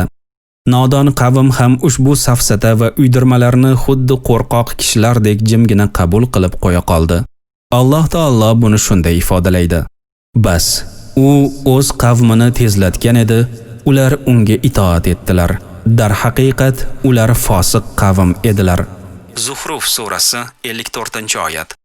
So'ngra Fir'avn o'zining da'vosi to'g'riligini isbotlamoqchi bo'lib, vaziri Homonga: "Bas, sen ey Homon, loyni pishirib men uchun bir qasr bino qil, shoyatki men Musoning xudosini ko'rsam", dedi. Ya'ni, ey vazirim Homon, sen loydan pishiq g'isht tayyorlab, so'ngra men uchun baland, osmono'par bir bino qurgin. Shoyat men u yerga chiqib Musoning xudosini ko'rsam. Chunki albatta men uni yolg'onchi kimsalardan deb o'ylamoqdaman. Bu yerdagi deb o'ylamoqdaman tarzida gumon ma'nosida aytilgan so'z aniq ishonchni anglatadi. Ya'ni ishonchim komilki, Musoning men Fir'avndan boshqa iloh bor deb qilayotgan da'vosi g'irt yolg'onning o'zginasi. Shunday qilib Fir'avn qanday bo'lmasin, nodon va johil qavmiga o'zidan boshqa iloh yo'qligini uqtirib, Muso aytayotgan gaplar yolg'onligiga ishontirishi kerak edi. Ushbu ma'no boshqa oyatlarda ham ta'kidlangan. Fir'avn dedi: "Ey Homon, men uchun bir baland qasr qurgin. Shoyatki men u qasrning ustiga chiqib, yo'llarga, osmonlarning yo'llariga yetib, Musoning ilohini ko'rsam. Darhaqiqat men uni yolg'onchi deb gumon qilmoqdaman." Fir'avnga o'zining yomon amali mana shunday chiroyli ko'rindi va u to'g'ri yo'ldan to'sildi. Fir'avnning barcha makru hiylasi albatta ziyondir, halokatdir. G'ofir surasi 36-37 oyatlar. Fir'avnni kurakda turmaydigan ushbu so'zlarni aytishga nima undadi? Buning sababi quyidagi oyatda keltiriladi. Buning sababi quyidagi oyatda keladi. U Fir'avn ham, uning lashkarlari ham yer yuzida nohaq kibru havo qildilar va o'zlarini bizlarga qaytarilmaydilar deb gumon qildilar.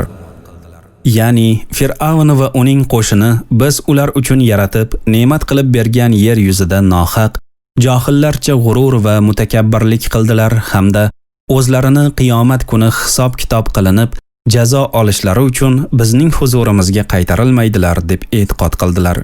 Bunday takabburlik, g'urur va qiyomatda qayta tirilib hisob berishni inkor qilishning oqibati nima bo'ldi? Bas, biz uni lashkarlarini ushladik-da, dengizga tashladik, g'arq qilib yubordik. Tarjimada tashladik deb keltirilgan so'z asliyatda nabaza fe'li orqali ifodalangan. Nabaza so'zi biron narsani haqoratlab, uni past sanab tashlab yuborish, uloqtirish kabi ma'nolarni bildiradi.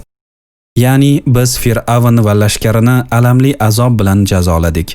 Ularni xuddi bir keraksiz danak yoki xas cho'p kabi dengizga uloqtirdik.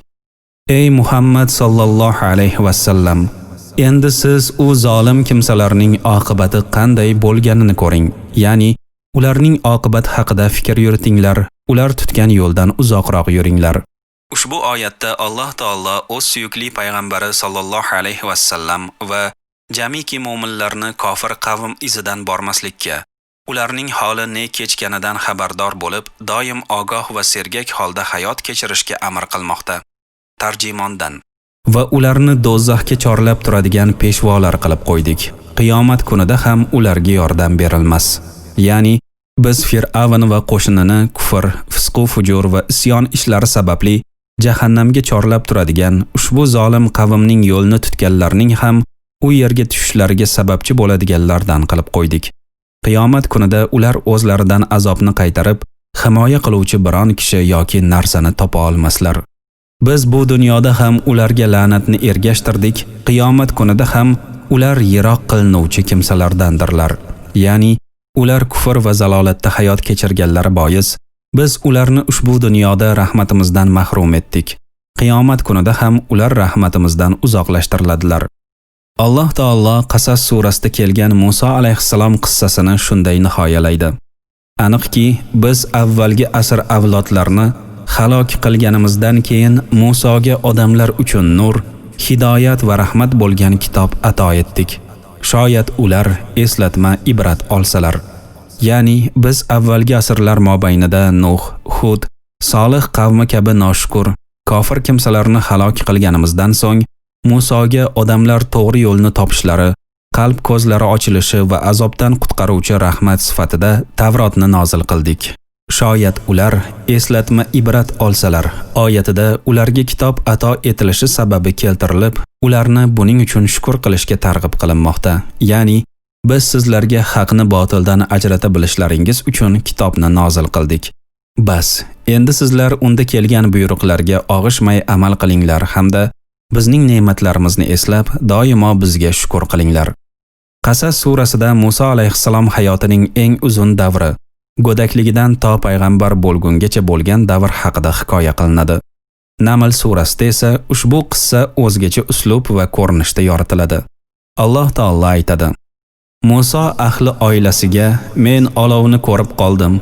Sizlarga undan biron xabar keltirurman yoki sizlarga sinib olishingiz uchun bir o't, cho'g' keltirurman deganini eslang.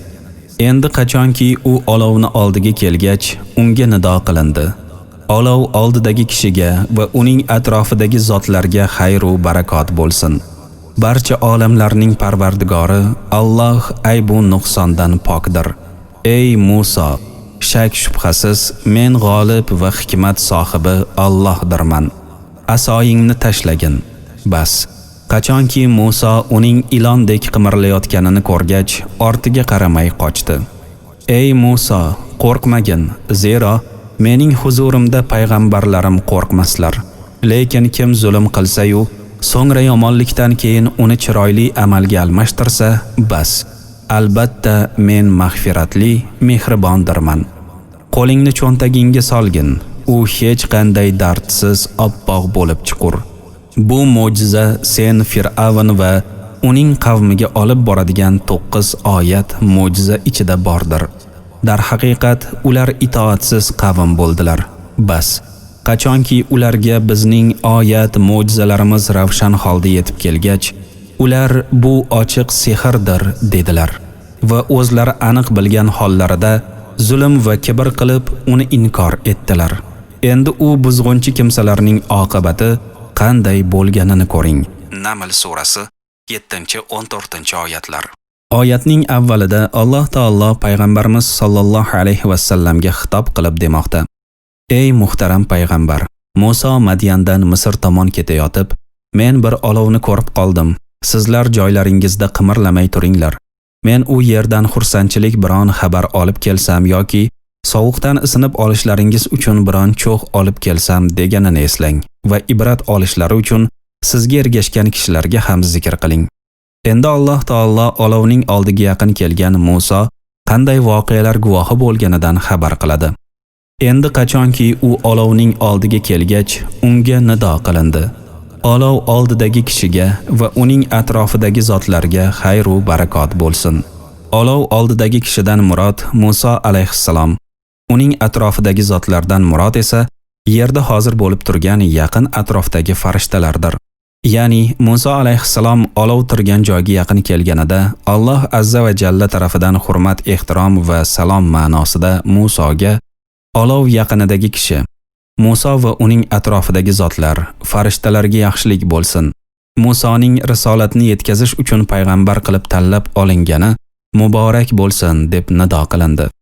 Barcha olamlarning parvardigori Alloh ayb nuqsondan pokdir. Bu Alloh taoloning Musoga o'zi haqida berayotgan xabaridir. Toki u Allohning kalomini eshitib, u odamning so'ziga o'xshar ekan degan xayolga bormasligi uchun u zot maxluqotlarga o'xshashdan pok, aybu nuqson va qusurlardan salomat ekanini o'z payg'ambariga ta'lim bermoqda. Ey Musa, shak shubhasiz men g'olib va hikmat sohibi Allohdirman. Bu yerda Alloh azza va jalla bandasi Musoga u bilan gaplashayotgan zot barcha narsadan g'olib, bandalari ustidan mutlaq hokim bo'lgan Alloh taolo ekanini bayon qilmoqda. Ya'ni ey Musa, ayni paytda sen bilan gaplashayotgan men Allohman. Bas, nimaga buyursam sen o'shanga quloq tut va aytganlarimni, senga topshirgan vazifalarimni bajo et. Asoyingni tashlagin. Bu o'zidan avvalgi nidoning uzviy davomi hisoblanadi. Ya'ni olov oldidagi kishiga va uning atrofidagi zotlarga xayr va baraka bo'lsin. Qo'lingdagi asoyingni yerga tashlagin deb nido qilindi. Bas, qachonki Musa uning ilondek qimirlayotganini ko'rgach, ortiga qaramay qochdi. Ya'ni Musa alayhissalom Rabbining amriga labbay deb javob qilib, qo'lidagi asoni yerga tashlagan ham ediki, u tezda harakatlana boshladi. Uning shiddat bilan harakatlanayotganini ko'rgan Musa ilon deb o'ylab, qo'rquvdan ortiga qaramay u yerdan qocha boshladi. Musoning bu tarzda qochishiga sabab shuki, u qimirlayotgan narsa biroz oldin qo'lda turgan asoyi ekani umuman xayoliga kelmagan edi. Inson tabiatiga xos narsa shuki, u qo'rquv va sarosimaga tushsa, o'zini yo'qotib qo'yadi va fikrlashga qodir bo'lmay qoladi. Musa alayhissalom shunday bir qo'rquv holatida turganida, Alloh taolo uning qalbiga xotirjamlik solish maqsadida "Ey Musa, qo'rqmagin" dedi. Ya'ni men sening oldingda ekanman, sen ko'rgan narsangdan qo'rqmagin va boshqa narsalarning zarar berishidan zinhor qo'rquvga tushma. Zero mening huzurimda payg'ambarlarim qo'rqmaslar. Bu qo'rquvga tushishdan nima uchun qaytarilayotganining sababidir. Ya'ni men kimni risolatimni o'z zimmasiga olib, amrimni odamlarga yetkazish uchun tanlab olgan bo'lsam, o'sha bandalar mening dargohimda hargiz qo'rqmaydilar. Lekin kim zulm qilsa-yu, so'ngra yomonlikdan keyin uni chiroyli amalga almashtirsa, bas. Albatta men mag'firatli, mehribondirman. Ya'ni ey Musa, mening huzurimda payg'ambarlarim qo'rqmaydilar. Lekin kimki nafsiga zulm qilib, biron yomon ishni sodir etadigan bo'lsa, so'ngra zulmdan adolatga, yomonlikdan yaxshilikka qaytib, gunoh ma'siyatdan toat yo'liga yurib, chin qalbdan tavba qilsa, men u bandadan o'tgan barcha gunohlarini kechirib yuboraman. Zero yolg'iz mengina rahmat va mag'firati keng bo'lgan zotdirman. Shundan keyin Musa alayhissalomning rostgo'ylardan ekanini isbotlovchi boshqa mo'jizalar haqida aytib o'tiladi. Qo'lingni cho'ntagingga solgin. U hech qanday dardsiz oppoq bo'lib chiqur. Ya'ni ey Musa, o'ng qo'lingni cho'ntagingga tiq, so'ngra uni chiqar. Qo'ling hech bir kasalsiz, ya'ni mohov kasalsiz oppoq va nurli bo'lib chiqadi. Uning salomat holida bundoq charog'on bo'lishi Alloh taoloning qudrati va irodasi bilangina yuz berdi. Bu mo'jizalar sen Fir'avn va uning qavmiga olib boradigan 9 oyat mo'jiza ichida bordir.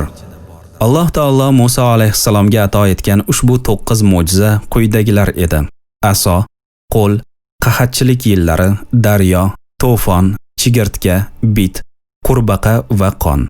Buni Ibn Abbos, Mujohid, Qatoda va boshqalar rivoyat qilishgan. Mo'jizalarning 9 ta deb cheklanishi Alloh taolo Muso alayhissalomga bundan boshqa mo'jiza bermagan degan fikrni keltirib chiqarmasligi lozim. Usul ilmi ulamolari ta'kidlashlaricha, biron narsani aniq bir miqdor bilan chegaralab ifodalash uning o'sha sondan ziyoda bo'lishi ehtimolini inkor qilmaydi. Bu narsani Qur'oni Karimning boshqa oyatlari va payg'ambarimiz sollallohu alayhi va sallamning hadis shariflarida ham kuzatishimiz mumkin. Masalan, 7 ta toifa kishilarni Alloh taolo o'zining soyasidan boshqa soya bo'lmaydigan, qiyomat kunida o'z soyasiga oladi degan hadis mavjud. Bu degani qiyomat kunida mazkur toifa vakillaridan boshqalar Allohning rahmatidan bebahra qoladilar degani emas. Bu yerdagi 7 ta toifa deb chegaralash faqatgina odamning diqqatini o'ziga qaratish, e'tiborni jamlash va ularni o'sha xayrli ishlarga oson yo'l bilan targ'ib etish maqsadida aytilgan. Shuningdek, hadislarning birida 3 toifa kimsalar jannatga kirmaydi. Bular muttasil tarzda xamir ichuvchi, ota-onasiga oq bo'lgan va yetimning molini nohaq yeguvchilar. Ushbu ma'nodagi boshqa rivoyatda o'sha 3 toifaga dayuslar, ahli oilasi, onasi, singli opasi, jufti halolini o'zgalardan, nomahramlardan qizg'anmaydigan erkaklar, o'zini erkaklarga o'xshatuvchi ayollar, riboxo'rlar ham kiritilgan. Shundan ham bilib olamizki, biron narsani ma'lum bir miqdor bilan chegaralash o'sha narsaning mazkur chegaralangan miqdordan ortiq bo'lishiga hech bir monelik qilmaydi. Tarjimondan. Oyat karimaning davomida Fir'avn va uning atrofidagi kishilar haqida shunday deyiladi. Darhaqiqat, ular itoatsiz qavm bo'ldilar.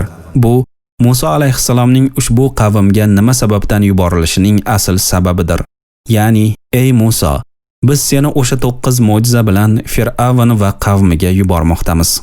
Sababi ular bizning toatimizdan chiqib, fosiqlik yo'liga kirdilar va mendan o'zga mahluqotlarga ibodat qildilar. Muso alayhissalom Allohning amriga labbay deb javob berib, qavmini hidoyatga chaqirish maqsadida yo'lga otlandi. Bas, qachonki ularga bizning oyat mo'jizalarimiz ravshan holda yetib kelgach, ular bu ochiq sehrdir dedilar va o'zlari aniq bilgan hollarida zulm va kibr qilib uni inkor etdilar. Endi u buzg'unchi kimsalarning oqibati qanday bo'lganini ko'ring. Ya'ni Muso alayhissalom o'zining chin payg'ambarligini tasdiqlovchi ilohiy mo'jizalar bilan qurollangan holda Fir'avn va qavmi oldiga ularni Alloh uchun ixlos bilan ibodat qilishga chaqirganida, ular noshukrlik, kibr va g'urur bilan: "Ey Muso, biz senda ko'rib turgan bu narsa ochiq oydin sehrning o'zginasi-ku" dedilar. Yo'q. Aslida Fir'avn va qavmi ushbu mo'jizalar Muso alayhissalomga Rabbi tomonidan nozil qilinganini yaxshi bilardilar. Ammo bilganlarga xilof ish tutdilar. Unga iymon keltirishga bo'yinlari yor bermadi, balki kibrlari ustunlik qildi. Ey oqil inson, ularning oqibati qanday yakun topganiga bir nazar sol. Ular kofir bo'lganliklari, zolim va noshukrliklari hamda yer yuzida buzg'unchilik qilib yurganliklari bois Alloh barchalarini suvga g'arq qildi. Endi u buzg'unchi kimsalarning oqibati qanday bo'lganini ko'ring. Oyatida Rasululloh sallallohu alayhi va sallamga kofir qavmdan yetgan jabr zulmni yengillatish uchun tasalli berish ma'nosi bor. Quraysh kofirlarining haqni bila turib, Rasululloh sallallohu alayhi va sallam olib kelgan narsalarni inkor qilishlari xuddi Fir'avn va qavmi tutgan yo'lga o'xshaydi. Ularning qalbiga iymon kirishiga juda ko'p narsalar monelik qilardi. Buning eng avvalida noshukrlik, hasad, ota-bobolari qilib kelgan narsalarga ko'r-ko'rona qattiq yopishib olish, vaziyatni bir holatdan boshqa bir holatga o'zgartirishni nafslari xohlamasligi va bu ish shahvatlari tomonidan ularga ziynatlab ko'rsatilgani turardi. Toha surasida ham Muso alayhissalomga Alloh tomonidan yuklatilgan vazifalar birodari Harun bilan Fir'avn oldiga borishlari haqida hikoya qilinadi. Ey Muhammad sallallohu alayhi va sallam, sizga Muso haqida xabar keldimi? Eslang, bir olovni ko'rib ahli oilasiga: "Sizlar shu yerda turinglar, men bir olov ko'rib qoldim. Shoyatki sizlarga undan bir cho'x olib kelsam yoki shu o't oldidan biron yo'l ko'rsatuvchi topsam" dedi. Bas, qachonki u olovning yaqiniga kelgach, "Ey Muso" degan nido eshitildi. "Ey Muso, men sening Parvardigoringman. endi kavushlaringni yechgin, chunki sen muqaddas Tuvo vodiysidasan. Men seni tanladim, bas. Yuborilgan vahiyga quloq tut. Dar haqiqat men Allohdirman. Hech qanday iloh yo'q. Faqat men bordirman. Bas. Sen mengagina ibodat qil va meni zikr qilish uchun namozni to'kis ado qil. Toki har bir jon qiladigan sa'y harakati sababli jazolanishi uchun qiyomat soati albatta kelguvchidir. Lekin men uni yashirishni istayman. Bas, seni ishonmaydigan va havoyi nafsiga ergashgan kimsalar undan to'smasinlar. U holda halok bo'lursan. Toha surasi 9-16 oyatlar. Yuqorida keltirilgan ilk oyatlarning ma'nosi quyidagicha. Ey muhtaram payg'ambar, shubhasiz sizga birodaringiz Musoning Madyandan Misr tomon ketayotib, bir olovni ko'rib qolgach, o'z oilasiga sizlar joylaringizda turinglar, hech qayoqqa qimirlamanglar. Shoyat men u yerdan biron cho'g' olib kelsam yoki safarimizda yordam beradigan yo'l ko'rsatuvchi topsam degani haqida xabar keldi. O'shanda Muso alayhissalom olov yoniga yaqinlashganida Alloh tarafidan: "Ey Muso, men sening Rabbingman. Bas, sen endi bizning amrimizga ta'zim bajo qilib, dargohimizda turganing hurmatidan oyoq kiyimingni yechgin" degan nido keldi. Chunki sen muqaddas Tuvo vodiysidasan. Bu amr nima sababdan poyafzalni yechish lozimligini bayon qilmoqda. Ya'ni sen hozir ikkala oyog'ingdagi kavushingni yechgin. Chunki sen Tuvo deb atalgan muqaddas, muborak bir vodiyda turibsan. Men seni tanladim, bas, yuborilgan vahiyga quloq tut. Ya'ni men seni qavming orasidan risolatimni zimmangga olishing va da'vatimni boshqa bandalarimga yetkazishing uchun payg'ambar sifatida tanlab oldim. Endi sen men tarafimdan vahiy qilinayotgan narsalarga quloq sol va senga amr qilinayotgan ishlarni bekami ko'st ado et. Dar haqiqat men Allohdirman, hech qanday iloh yo'q, faqat men bordirman. Bas, sen mengagina ibodat qil. Ya'ni ibodat qilish, itoat etish va qo'rqish uchun mendan ko'ra munosibroq biron iloh yo'q. Shu sabab sen mening roziligim uchun xolis ibodat qil va meni zikr qilish uchun namozni to'kis ado qil. Ya'ni namoz eng buyuk ibodat va eng afzal toatdir. Bas, sen meni doim eslab turishing va menga kuchliroq bog'lanishing uchun namozni xushu va ixlos ila ado et. Shuningdek, namoz o'zida ko'plab zikrlarni jamlagan. Unda mening zotim va sifatimni madh etuvchi hamd va sanolar bor. Yoki ushbu oyatning mazmuni quyidagicha. Xususan meni zikr qilish, roziligimni olish uchun riyo qilmagan holda namozni ado et. Toki har bir jon qiladigan sa'y harakatlari sababli jazolanishi uchun qiyomat soati albatta kelguvchidir. Lekin men uni yashirishni istayman. Ya'ni qayta tirilish, hisob-kitob, savob yoki jazo olish kuni bo'lgan qiyomatning kelishida hech qanday shubha yo'q. Men uning qachon ekanini yashirishni iroda qildim. Faqatgina uning kelish vaqtini ba'zi alomat va belgilar orqali bildiraman. Qiyomat soati shubhasiz keladi. U kunda har bir jon dunyoda qilgan yaxshi va yomon ishlariga yarasha savob yoki jazo oladi. Bu haqda Alloh taolo boshqa oyat karimalarda shunday deydi: Kim oxiratni istasa va mu'min bo'lgan holida oxiratga loyiq sa'y harakat qilsa, bas, unday zotlarning sa'ylari Alloh nazdida maqbul bo'lur. Isro surasi 19-oyat. Bas, kim hayoti dunyolik paytida zarra misqolchalik yaxshilik qilsa, qiyomat kunida o'shani ko'rur. Kim zarra misqolchalik yomonlik qilsa, uni ham ko'rur. Zalzala surasi 7-8-oyatlar. So'ngra Alloh taolo qiyomat kuniga tayyorgarlik ko'rmaslik va u haqida gumon shubhaga borishdan qaytarib deydi: Bas, seni ishonmaydigan va havoyi nafsiga ergashgan kimsalar undan to'smasinlar. U holda halok bo'lursan. Ya'ni qiyomat kunida savob va iqob berilishini inkor qiluvchi kofir, fosiq kimsalar seni qiyomatga iymon keltirishdan hamda o'sha kuni senga manfaat keltiradigan solih amallarni qilishdan zinhor to'sib qo'ymasinlar. Aks holda, agar sen ularga bo'yin eksang, aniqki halokat jariga qulaysan. Ushbu oyatda avval qiyomat soati kuni kelib, albatta yuz berishi aytilib, so'ngra uning qoyim bo'lishini inkor qiladigan, u kunga tayyorgarlik ko'rishdan bosh tortadigan kimsalarga itoat etmaslik qattiq ta'kidlanmoqda.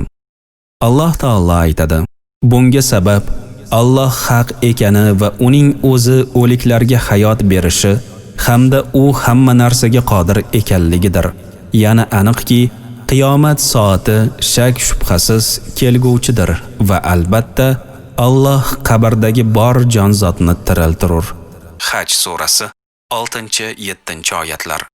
Qissa davomida Alloh subhanahu va taoloning Musa alayhissalomga buyurgan ba'zi amrlari va Musoning Rabbidan so'ragan narsalari haqida xabar qilinadi.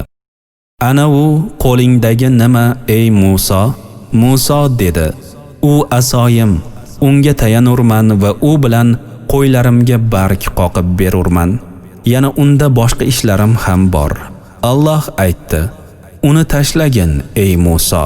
Bas, Musa uni tashlagan edi, banogoh u yuradigan jonli ilon bo'lib qoldi. Alloh dedi: uni ushla, qo'rqmagin. Biz uni avvalgi holiga qaytarurmiz. Qo'lingni qanotingga tiqqin. U hech qanday ziyon zahmatsiz oppoq nurli bo'lib chiqur. Bu ikkinchi mo'jiza bo'lur. Biz senga buyuk mo'jizalarimizni ko'rsatish uchun shunday qildik. Endi sen Fir'avnning oldiga borgin, chunki u haddan oshdi. Musa dedi: Parvardigorim, o'zing qalbimni keng qilgin, ishimni oson qilgin, tilimdagi tugunni, duduqlikni yechib yuborgin, so'zimni anglasinlar. Menga o'z ahlimdan bo'lgan Harun og'amni vazir qilgin. U bilan belimni baquvvat qilgin va uni ishimda sherik qilgin, toki biz senga ko'proq tasbih aytib, seni ko'proq zikr qilaylik. Albatta, sen bizni ko'ruvchi bo'lgan zotsan. Toha surasi 17-35 oyatlar. Ana u qo'lingdagi nima ey Musa oyatidagi savol e'tirof uchun berilmoqda. Zero Alloh taolo Musoning qo'lida nima borligini juda yaxshi bilar edi. Bu yerda Musa alayhissalomning o'z tilidan qo'lidagi narsa asoyim deb aytilishi kerak edi. Chunki bir ozdan so'ng u aso Alloh taoloning qudrati bilan ilonga aylanishi lozim edi. Alloh taolo ushbu savoliga Musa kutilganidek, u asoyim deb javob berdi. Musa alayhissalom o'ng qo'lidagi aso ekanini aytib, u o'ziga tegishli ekanini ham bildirib qo'ydi. Shundan so'ng asoyining vazifalarini sanay boshladi.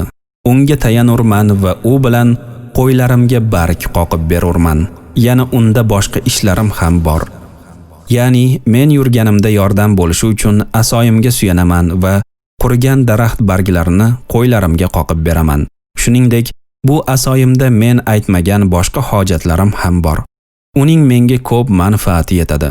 Musa alayhissalom Alloh taoloning savoliga u mening asoyim deb qisqa javob bersa ham bo'lardi. Lekin u qo'shimcha qilib, unga suyanishini va asoyi yordamida qo'ylarga barg qoqib berishini ham aytib o'tdi. Zero bu holat bandaning Xoliqi bilan taklimi, suhbati bo'lib, bunday holatda bandadan mukammal va to'liq javob berish talab qilinardi. Yana unda boshqa ishlarim ham bor deb Musa alayhissalomdan mujmal tarzda umumiy qilib javob qaytarilishiga sabab so'zni cho'zib yuborishdan hayo qilgani yoki aksincha Alloh bilan bo'lgan suhbatni uzunroq davom etishini xohlaganidir. Qurtubiy aytadi: ushbu oyatda savolga undan afzalroq qilib javob qaytarish joizligiga dalil bor.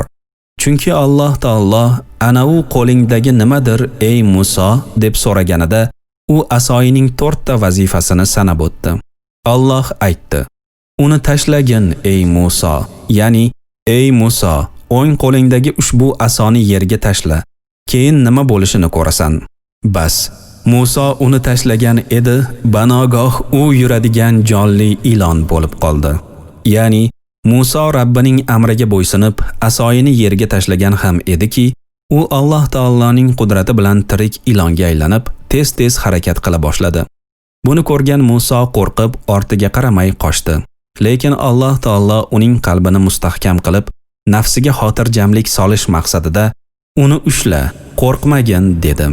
Ya'ni Biroz avval qo'lingda turgan asodan ilonga aylangan narsani ushla, undan qo'rqma. Chunki biz uni avvalgi holatiga qaytarurmiz. Ya'ni biz ushbu o'rmalab yurgan ilonni qudratimiz ila yana avvalgi aso holiga qaytaramiz. Aytilishicha, Alloh taoloning ushbu holatda Musa alayhissalom asoyini ilonga aylantirishdan ko'zlagan hikmat uning qalbini mustahkamlash, kelgusida Fir'avn va qavmi oldida qo'lidagi asoni bundan ham kattaroq ilonga aylangan holda ko'rganida qo'rqmasligi uchun zamin tayyorlashdan iborat edi. Inson ruhiyatiga xos bo'lgan jihatlardan biri shuki, kishi biron narsani garchi u qanchalik ajoyib va hayajonga soluvchi bo'lmasin, ikkinchi ko'rishda undagi avvalgi hayajon va qo'rqinch hissi biroz bo'lsa ham yo'qoladi. Shundan so'ng Alloh taolo Musa alayhissalomga boshqa narsalarni amr qiladi. Qo'lingni qanotingga tiqqin, u hech qanday ziyon zahmatsiz, oppoq nurli bo'lib chiqur. Bu ikkinchi mo'jiza bo'lur. Ya'ni, ey Musa, o'ng qo'lingni chap qo'ltig'ingga tiqqin, so'ngra chiqar. U biron kasalsiz, oppoq, nurli va charog'on bo'lib chiqar. Bu senga biz ato etgan asodan boshqa ikkinchi mo'jizadir. Biz senga buyuk mo'jizalarimizni ko'rsatish uchun shunday qildik. Ya'ni, biz senga aso va qo'l mo'jizalarini berishdan maqsad bizning ulug' qudratimizga, Allohning yakka o'zi ilohlikka munosib ekaniga dalolat qiluvchi katta mo'jizalarning ba'zilarini ko'rsatish edi. Musa alayhissalomga mazkur ikki mo'jizani berishdan ko'zlangan hikmat nima edi? Sen Fir'avnning oldiga borgin, chunki u haddan oshdi. Ya'ni, ey Musa, ushbu ikki mo'jiza bilan qurollangan holda Fir'avnning oldiga bor. Uni mening yolg'iz o'zimga ibodat qilish uchun da'vat et. Unga shuni aytganki, Bani Isroilga yaxshilik qilsin, ularni nohaq azoblamasin. Shuningdek, uni zulm va kibrdan qaytar, chunki u haqiqat va adolat mezonidan chiqib, haddini bilmay qoldi. Hatto odamlarga men sizlarning buyuk Rabbingizman deb da'vo qilmoqda. Musa alayhissalom Rabbidan ushbu topshiriqlarni qabul qilib olar ekan, o'z navbatida ishining yengil kechishi uchun duo qilib quyidagilarni so'radi. Parvardigorim, o'zing qalbimni keng qilgin. Ya'ni, ey Rabbim, qalbimni iymon nuri va payg'ambarlik ne'mati ila keng qilgin, toki sen menga yuklagan vazifalarni xursandlik ila qabul qilib, mukammal tarzda ado etay. Ishimni oson qilgin, ya'ni o'zing menga amr qilgan ishlarni bajarishimda madadkor bo'lgin. Ularni men uchun yengil va oson qilgin. Aks holda men ushbu risolatning og'ir yukini ko'tarishga toqat qila olmayman. Tilimdagi tugunni, duduqlikni yechib yuborgin, so'zimni anglasinlar. Ya'ni tilimdagi kamchilik bo'lmish duduqlanishni bartaraf et, toki odamlar aytayotgan gaplarimni yaxshi anglab, menga ergashsinlar.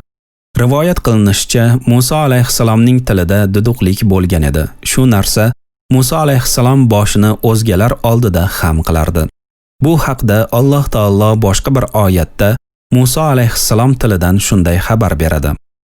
Og'am Harun mendan ko'ra tili burroroqdir. Bas, uni ham men bilan birga meni tasdiqlaydigan yordamchi qilib yuborgin, chunki ular meni yolg'onchi qilishlaridan qo'rqurman.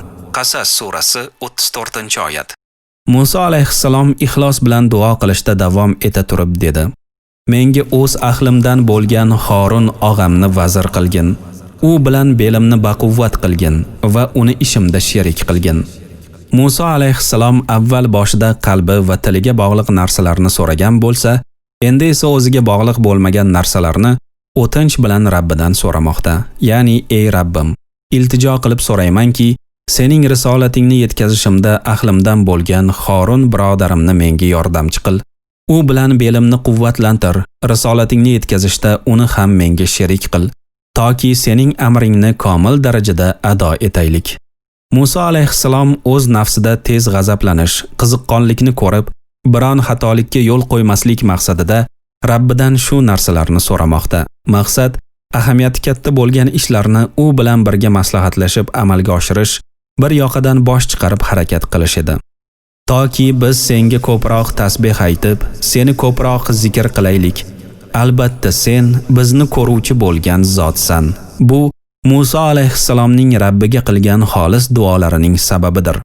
Ya'ni biz senga ko'proq tasbih aytib, ko'proq zikr qilishimiz uchun duoyimizni ijobat et. Zero Sen doimo bizni ko'rib, kuzatib turasan. Bizning va boshqa maxluqotlarning ishidan biron narsa sen uchun maxfiy emas. Sen bizning holimizni va ojizligimizni yaxshi bilasan hamda sening yordaming va panohingga muhtoj ekanimizdan ham mutlaq xabardorsan. Ushbu duolar bilan Musa alayhissalom o'z Rabbiga uzoq iltijo qildi. O'zining bor ehtiyoj va talablarini bayon etdi. Xo'sh, natija nima bilan yakunlandi? Alloh uning duosini qabul qilib, so'ragan narsalarini berdi. Alloh taolo aytadi: "So'ragan narsalaring senga ato etildi, ey Musa." Ya'ni, ey Musa, biz duoingni ijobat etdik. O'z fazl va karamimiz ila senga barcha so'ragan narsalaringni ato etdik.